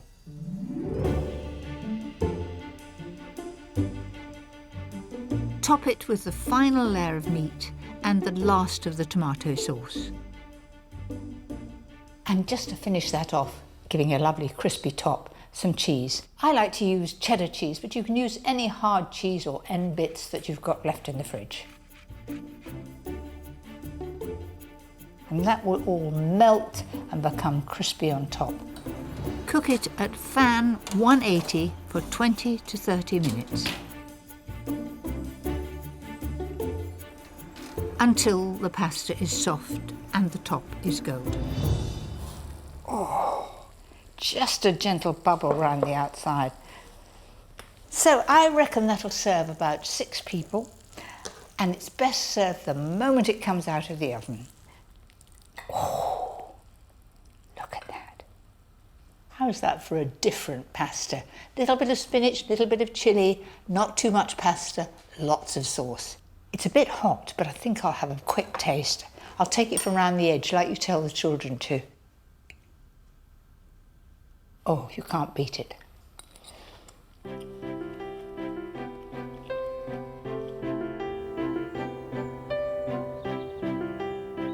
There is nothing I love more than a long country walk with my husband Paul and the dogs. Oh, there look some good ones over there. It's a perfect excuse to gather blackberries for a pie. I'm not the only one that likes blackberries. Sloes for sloe gin. Even windfall apples, ideal for my next recipe. These mini apple and almond cakes. To start with, I'm using melted butter. There aren't many cakes except for gingerbreads that you use melted butter. It's cool and I've got 75 grams. Then 100 grams of caster sugar, 100 grams of self-raising flour. This is really so simple to make. Add 1 egg and half a teaspoon of almond extract. You just start beating it, and it's not difficult. I wouldn't bother to get the machine out for this. That's it. Nothing could be simpler. I usually use a cooking apple. A Bramley would be ideal. And if you haven't got perfectly shaped apples and they're windfalls and bruised on one side, perfect way of using them up.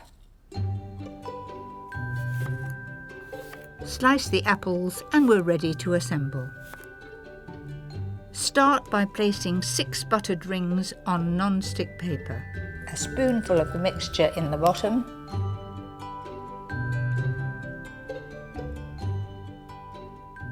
And once you've put those 6 sort of dollops, then hold the ring and just spread that to the edges. And then the apple, it'll take about 3 slices of apple, and try not to let the apple touch the ring, just put it just inside the ring. There we are. Then I'm going to put the rest of the mixture on top. These are so simple, you could knock them up in no time if you get a surprise visitor coming for tea. Level the tops off with the back of a spoon and sprinkle with flaked almonds. That's it, they're ready for the oven. Now those go in the oven at 160 fan and they will take about 25 or 30 minutes.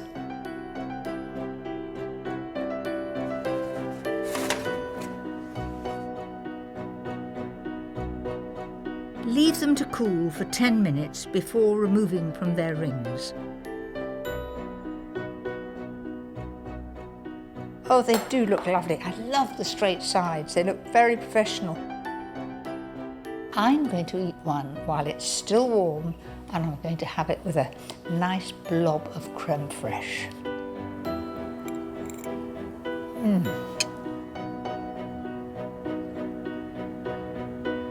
That is sheer heaven.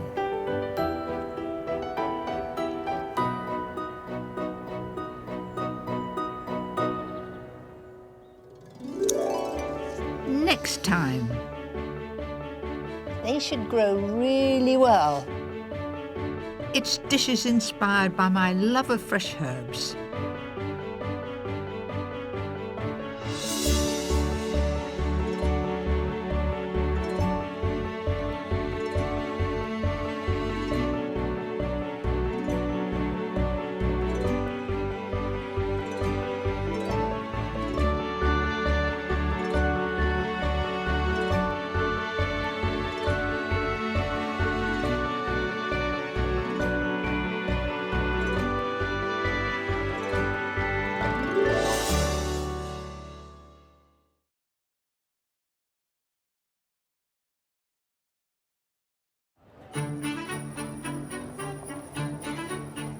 I just love Christmas. It's my favourite time of year. It's a good excuse to get the whole family together and indulge ourselves. But no matter how many times you've cooked for it, it can seem a little bit daunting. At the end of the day, it's all about wonderful Christmas food, and I'm going to make it as easy as I can for you. Christmas doesn't get better than that. You notice I take the drink first.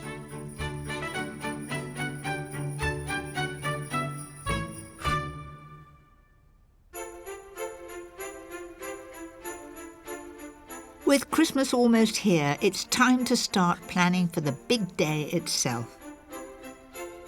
Tonight, I'll be making my essential classics so you can have a stress-free Christmas day. An easy roast turkey crown with fail-safe trimmings. A trick for making sprouts that everyone will want to eat. And my special version of a traditional mince pie. But to start with, here's the perfect way to begin your Christmas Day festivities. There's nothing more Christmassy than the smell of mulled wine. It really does warm you up and give you cheer. Right, how to do it. Take 3 lemons. I take the skin off using a potato peeler. Don't press too hard, because if you do, you'll get the white pith. Squeeze the lemons and peel and juice 1 orange. Then put all the citrus juice and peel in a large pan. It's just the zest that gives a really good flavour. Then a couple of sticks of cinnamon. Nobody likes to come across a clove, so if I pop it in here, it's a good tip, about 8 or 10. In this way, you get the flavour of the cloves and they're not floating about everywhere. Now for the red wine, which doesn't need to be expensive. I'm using a couple of bottles of delicious Rioja. The whole look of the pan is Christmassy, the red and this lovely spicy smell coming up. And as soon as I warm it, it'll be even better. Pour in 2 pints of water and simmer for 1 to 2 hours. And that's it. Mind you, I shall put a little bit of brandy. It gives it a bit of a perk. While the wine simmers, I can make my special canapé. The perfect thing to welcome the family.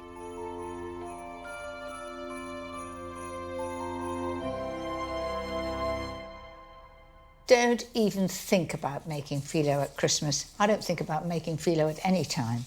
It comes very nicely in packets. Lay out 2 sheets side by side and brush them with melted butter. You've got to be quite quick because it dries out quite quickly. Cut the phyllo into 3-inch squares. Take each square and put the buttery side down and then the buttery side down again so it sticks at a slight angle like that, and then push them in. So the actual part you're filling isn't buttered.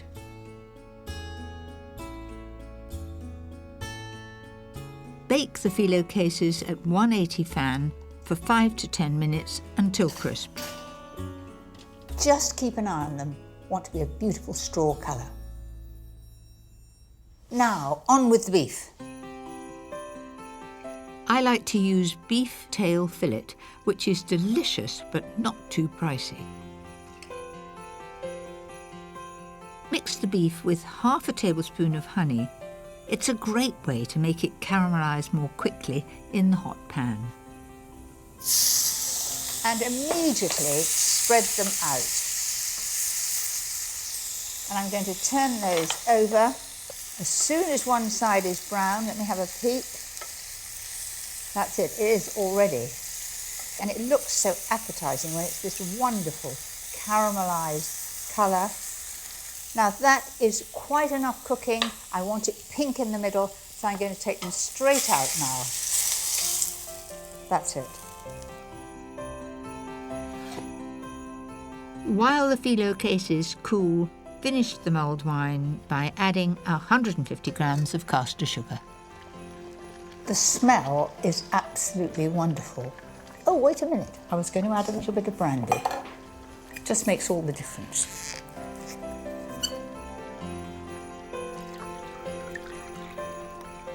Now, on to serving my canapés.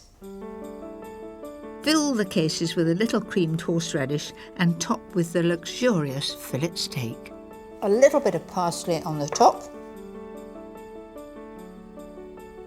I think that looks really tempting, and I very much doubt if anybody would say no.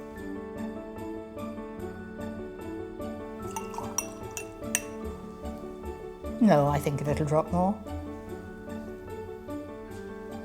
A glass in my left hand, this beef canapé in my right. Christmas doesn't get better than that. It's a lovely, warm feeling. The brandy did give it a bit of a kick, and that just looks beautiful. Anyway, happy Christmas. Christmas Day is all about indulging yourself, and the one thing I always look forward to is a glass of bubbly. But we no longer have to bring it in from France. Here in the Sussex South Downs, the Whiston Estate has been winning international awards for their English sparkling wine. Good morning. Morning, welcome. So it's Pip, isn't it? It is, yes. And Rick. I've come here to learn all about champagne, or should I call it sparkling wine? You should technically call it sparkling wine because it's not made in the Champagne area. Do we have the right weather and climate? Weather not today, but we're getting the right climate. We have the right soil. This year has been an extraordinary weather-wise, hasn't it? A wet winter and a hot, hot summer. Is that good? Brilliant. And we've got a brilliant crop this year. Remarkably, the South Downs are only 88 miles from the Champagne region and have a similar chalky soil. It absorbs the sun during the day and gives off a heat at night, perfect for growing Champagne-style grapes. As well as picking all the grapes by hand, head winemaker Dermot Sugrue also uses a traditional wine press, one of only 4 outside France. It's an old-style traditional technology that was designed to get the very, very best juice out of sparkling wine grapes. Well, I'm sure it's time that we got this into there. Fantastic. Let's go. Will you give us a hand? No. There are 2 tons of Chardonnay grapes in these crates. They will end up making around 1,500 bottles of wine. Okay, Mary, we're ready to go. Let's do the first press of 2014. On your marks, get set, go. Fantastic.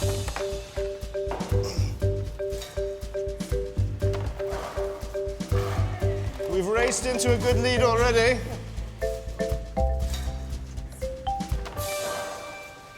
Oh, what a wonderful sight. I've never seen so many grapes all together. What are they doing, sort of levelling it here with a fork? It's like a great big cake, Mary, and we want to get it nice and level, so when we bring down the press, it's nice and balanced, and the juice comes out very evenly. All right, guys? 1, 2, 3, up!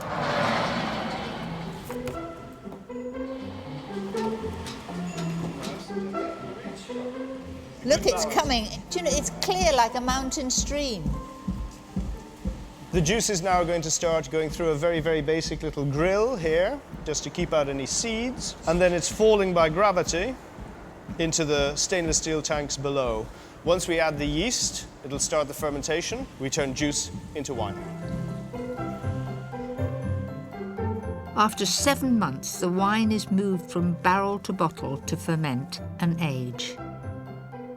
But it takes a full 3 years for that special sparkle to develop.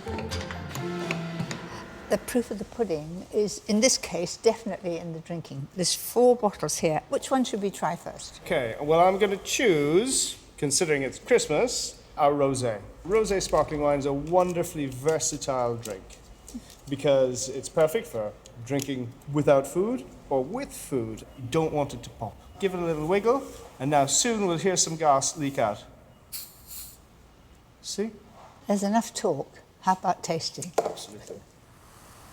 As you can see, it's got a very, very beautiful, delicate pink colour.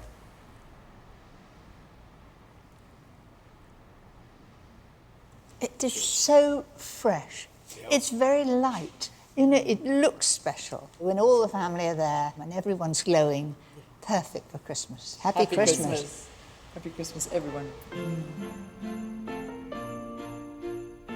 For me, the secret to a stress-free Christmas day is to prepare what you can in advance and give yourself an early start on the main event. If you do, I promise you the results will be spectacular. For many, the pressure is on when it comes to Christmas dinner, but I always think of it as a special Sunday lunch. Dead easy.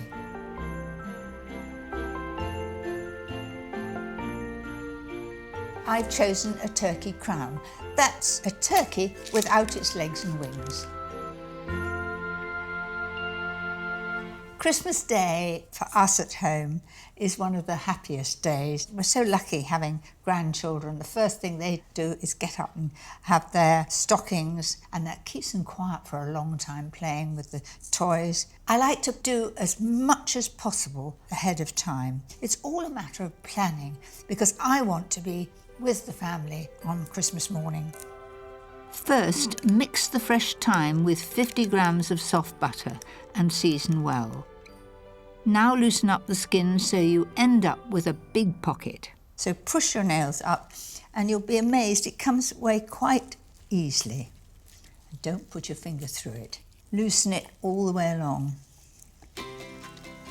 Spread the thyme butter carefully over the whole breast and place 8 slices of orange in 2 neat rows for a simply delicious different flavour. This will baste itself, but any butter that comes out and any juice that comes out, I will baste it during cooking, just to make it extra moist. Now you can do this the night before, put it into the fridge, and then the next day take it out to room temperature before cooking it. Don't forget to brush the turkey with oil, then roast at 180 fan for about 1.5 to 2 hours. Just keep an eye on it and baste from time to time. Whilst the bird roasts, it's time to make those very important trimmings. In our house, Christmas dinner isn't complete without a good stuffing. I use my mother's recipe. It is a well-seasoned sausage meat, essential to use fresh herbs. Fry an onion till soft and mix with 700 grams of pork sausage meat, 150 grams of fresh white breadcrumbs, the rind and juice of a lemon, and chopped sage and parsley. Christmas dinner is the favourite meal of the year, and we have all sorts of games, old-fashioned, but yes, great fun. I'm always in the winning team, of course. Nothing like your hands to get in there, so work that together. No, I haven't forgotten to put the egg in. It doesn't have any egg. Because it's got sausage meat, the sausage meat helps it to cling together. So that looks pretty well mixed to me. This is the best way to divide it into 16 portions.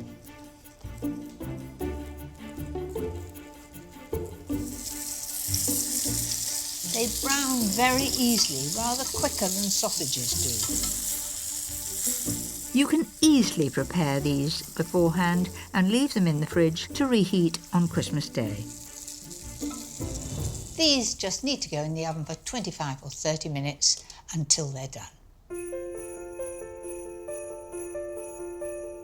Not everyone likes sprouts, but I'll challenge anyone who doesn't like my sprouts with pancetta and chestnuts. Begin by frying 200 grams of chopped smoky pancetta. It's important to divide this so that it all becomes crispy. Once crisp, drain and use the fat to cook a diced onion and some chestnuts.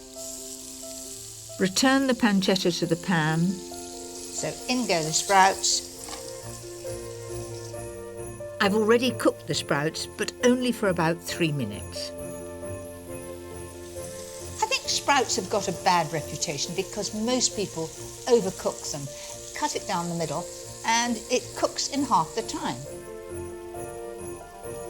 They look pretty good, don't they? Can't resist. That is really special and a perfect accompaniment to that turkey. The turkey is cooking and the trimmings are prepared, but I've one final thing to show you, something that will make your Christmas feast even more special.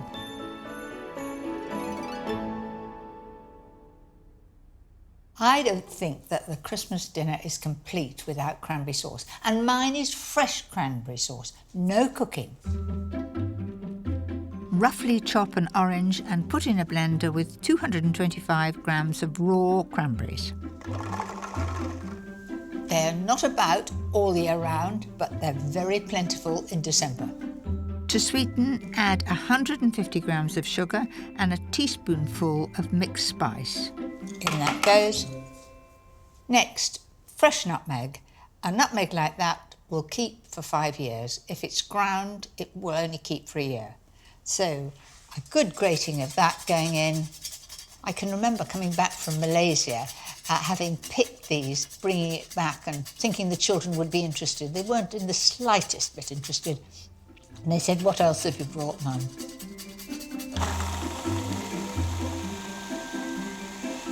Process until the juices flow and it becomes a beautiful sauce.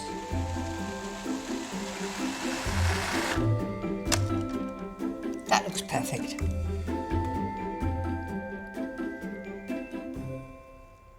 So that's it. Nothing could be simpler, and it is so fresh and delicious. This cranberry sauce will keep for a week in the fridge, and it's just the thing for Boxing Day sandwiches. That reminds me, time to check on that bird. Oh, there we are. Gosh, the smell. Lovely.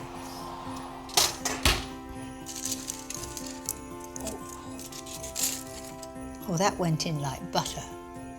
And the juices that flow should be clear.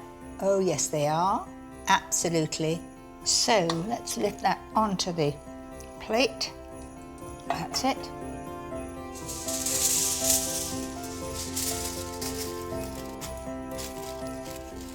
Leave the turkey to rest for half an hour and it will hold its heat well because it's solid meat. While it rests, I'm going to make a rich gravy. Skim off 4 tablespoonfuls of fat from the juices in the pan and add 3 tablespoons of flour. When bubbling, add 450 ml of hot chicken or turkey stock. But you see, if you use a whisk and you have hot stock, it becomes smooth very quickly. Then a little port, about 6 tablespoons. How about that? Add a few drops of Worcester sauce, 2 tablespoons of soya sauce for colour and for flavour. The rich pan juices, taste and season well. It's got a lovely gloss to it, which I like. You can see the consistency. It's nothing like a good gravy.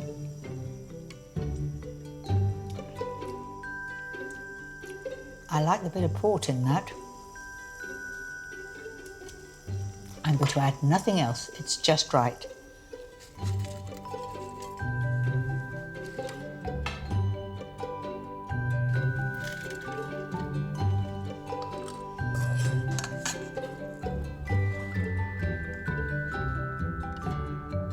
So there you have it, a different twist on the turkey. Everything easy to make and not too much stress.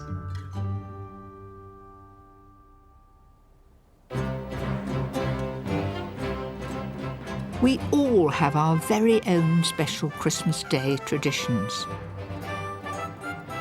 I've come to Henry VIII's Hampton Court to to see if my Christmas lunch bears any resemblance to what they would have cooked almost 500 years ago.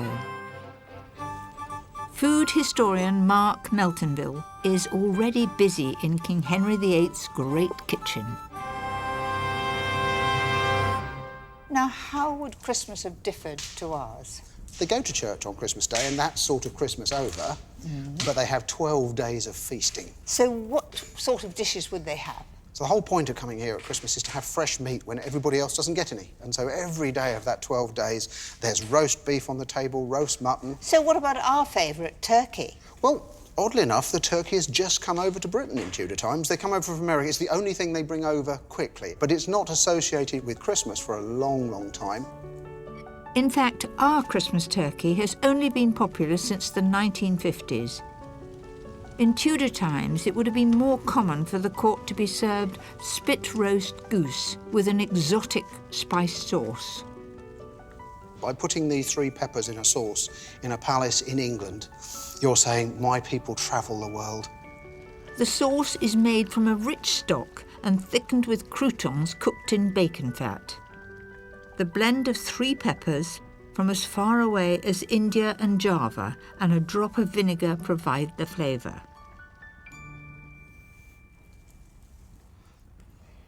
It's not fiery at all. It's very good. And it's not as simple. Do you know, that would go with our turkey, let alone the goose. It's not too vinegary. You've obviously had very good concentrated stock. It is delicious. But roast goose was only for the rich. It used up expensive fuel and required a spit boy to turn it for hours. Ordinary folk would have had boiled meat. Well, that's a nice crispy sound to the skin, but it is cooking me quite considerably. That looks lovely. Right. I'm now roasted for Christmas too.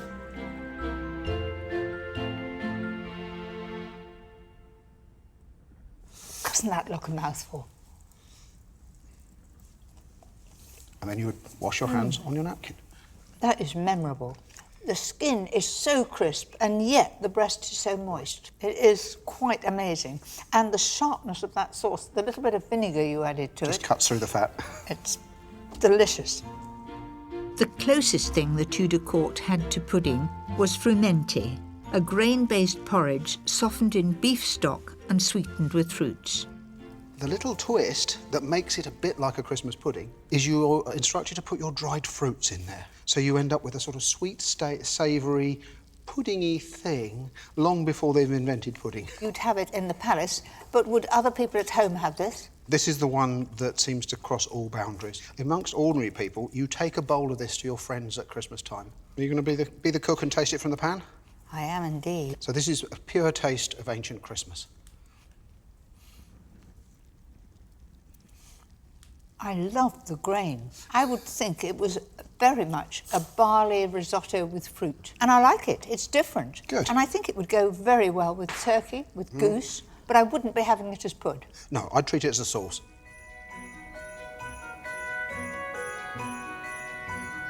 The Tudors' frumenty was the beginning of our traditional plum pudding. And for me, Christmas isn't complete without one final special treat. Mince pies are traditional at Christmas, but if you want to stand out from a crowd, try this recipe. For the pastry, you'll need 175 grams of plain flour and 75 grams of cold butter. Simply whiz together in the processor or rub in by hand. Looks a bit like snow. Add 25 grams of icing sugar and my special addition, the grated zest of an orange. That's it. No need to think about water, whether it's the right consistency. I found an egg is just about right. So there we are.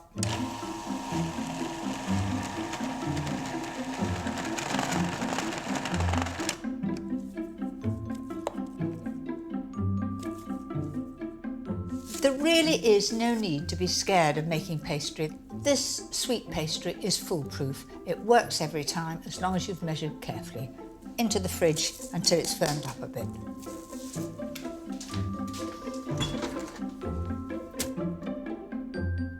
After 10 minutes, the sweet orange pastry is firm and ready to roll. I like nice, thinly rolled pastry. And you can see the flecks of orange which give it its flavour. And then take the cutter. The cutter wants to be bigger than the diameter of the tart tin, so that you've got lots of room for filling. I like using a fluted cutter for a smart finish. There's no need to grease the tin with pastry if you have over half fat to flour, which I have. So take a fork and just prick the base. Otherwise, if you don't prick them, they'll rise up in a bump. For a no-fuss filling, use bought mincemeat, and to make it more special, add 100 grams of chopped dried apricots. For these, I'm not putting a traditional layer of pastry on top, I'm putting marzipan instead. Grate 125 grams of chilled marzipan and sprinkle a little over each one. And it will melt down and become a little bit brown on top. It'll just add to the recipe. For a crisp base, slide onto a preheated baking sheet and cook at 180 fan for about 15 minutes.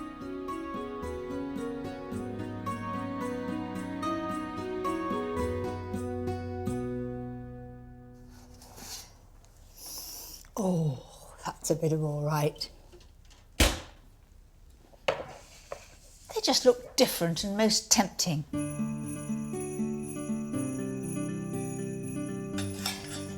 There we are, 12 beautiful mince pies. And you want to see underneath, lovely and crisp right through. And then it's Christmas, a dusting of icing sugar. There are times when I burn the corner of a cake. Yes, believe it or not, a little dusting will cover up things. Just needs a bunch of holly and it's Christmas.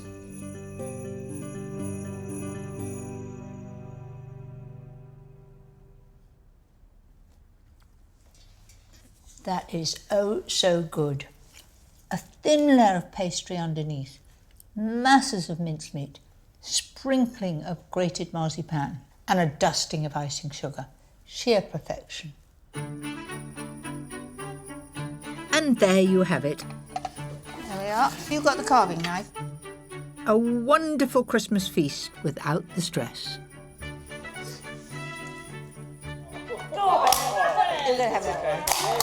Where do Santa's little helpers go to relax? Oh. Lapland. No. To a stable. No. Where do they go? The elf spa. Oh, I like it. Elf spa. What do you like best? The turkey. The turkey. All that remains for me to say is, have a very happy Christmas.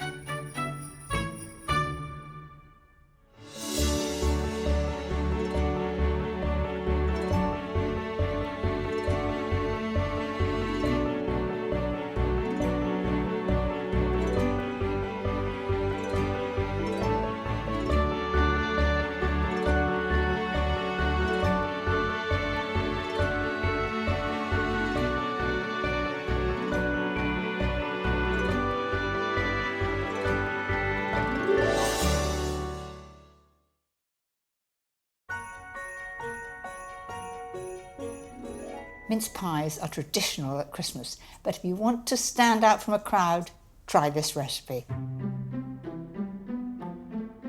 for the pastry, you'll need 175 grams of plain flour and 75 grams of cold butter. Simply whisk together in the processor or rub in by hand. Looks a bit like snow.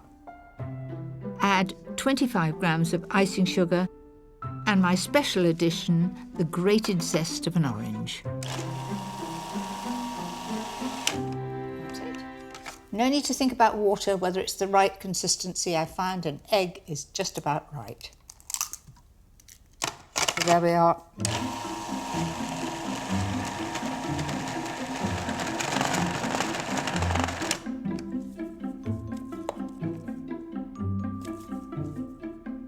There really is no need to be scared of making pastry. This sweet pastry is foolproof. It works every time as long as you've measured carefully. Into the fridge until it's firmed up a bit.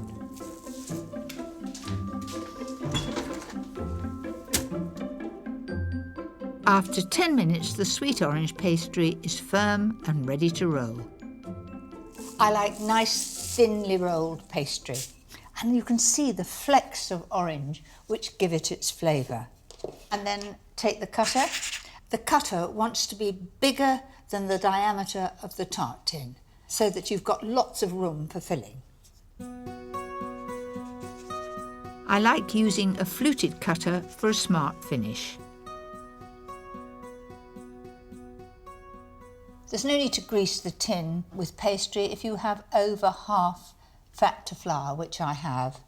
So take a fork and just prick the base. Otherwise, if you don't prick them, they'll rise up in a bump. For a no-fuss filling, use bought mincemeat, and to make it more special, add 100 grams of chopped dried apricots. For these, I'm not putting a traditional layer of pastry on top, I'm putting marzipan instead. Grate 125 grams of chilled marzipan and sprinkle a little over each one. And it will melt down and become a little bit brown on top. It'll just add to the recipe. For a crisp base, slide onto a preheated baking sheet and cook at 180 fan for about 15 minutes.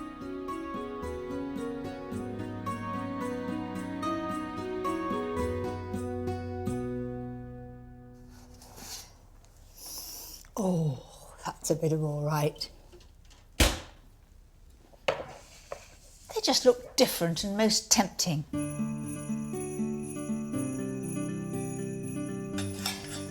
There we are, 12 beautiful mince pies.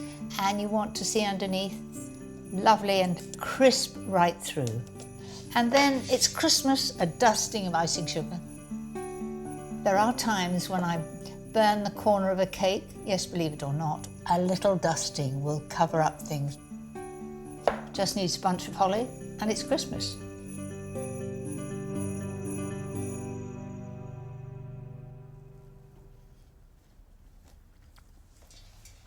That is oh so good. A thin layer of pastry underneath, masses of mincemeat, sprinkling of grated marzipan and a dusting of icing sugar. Sheer perfection.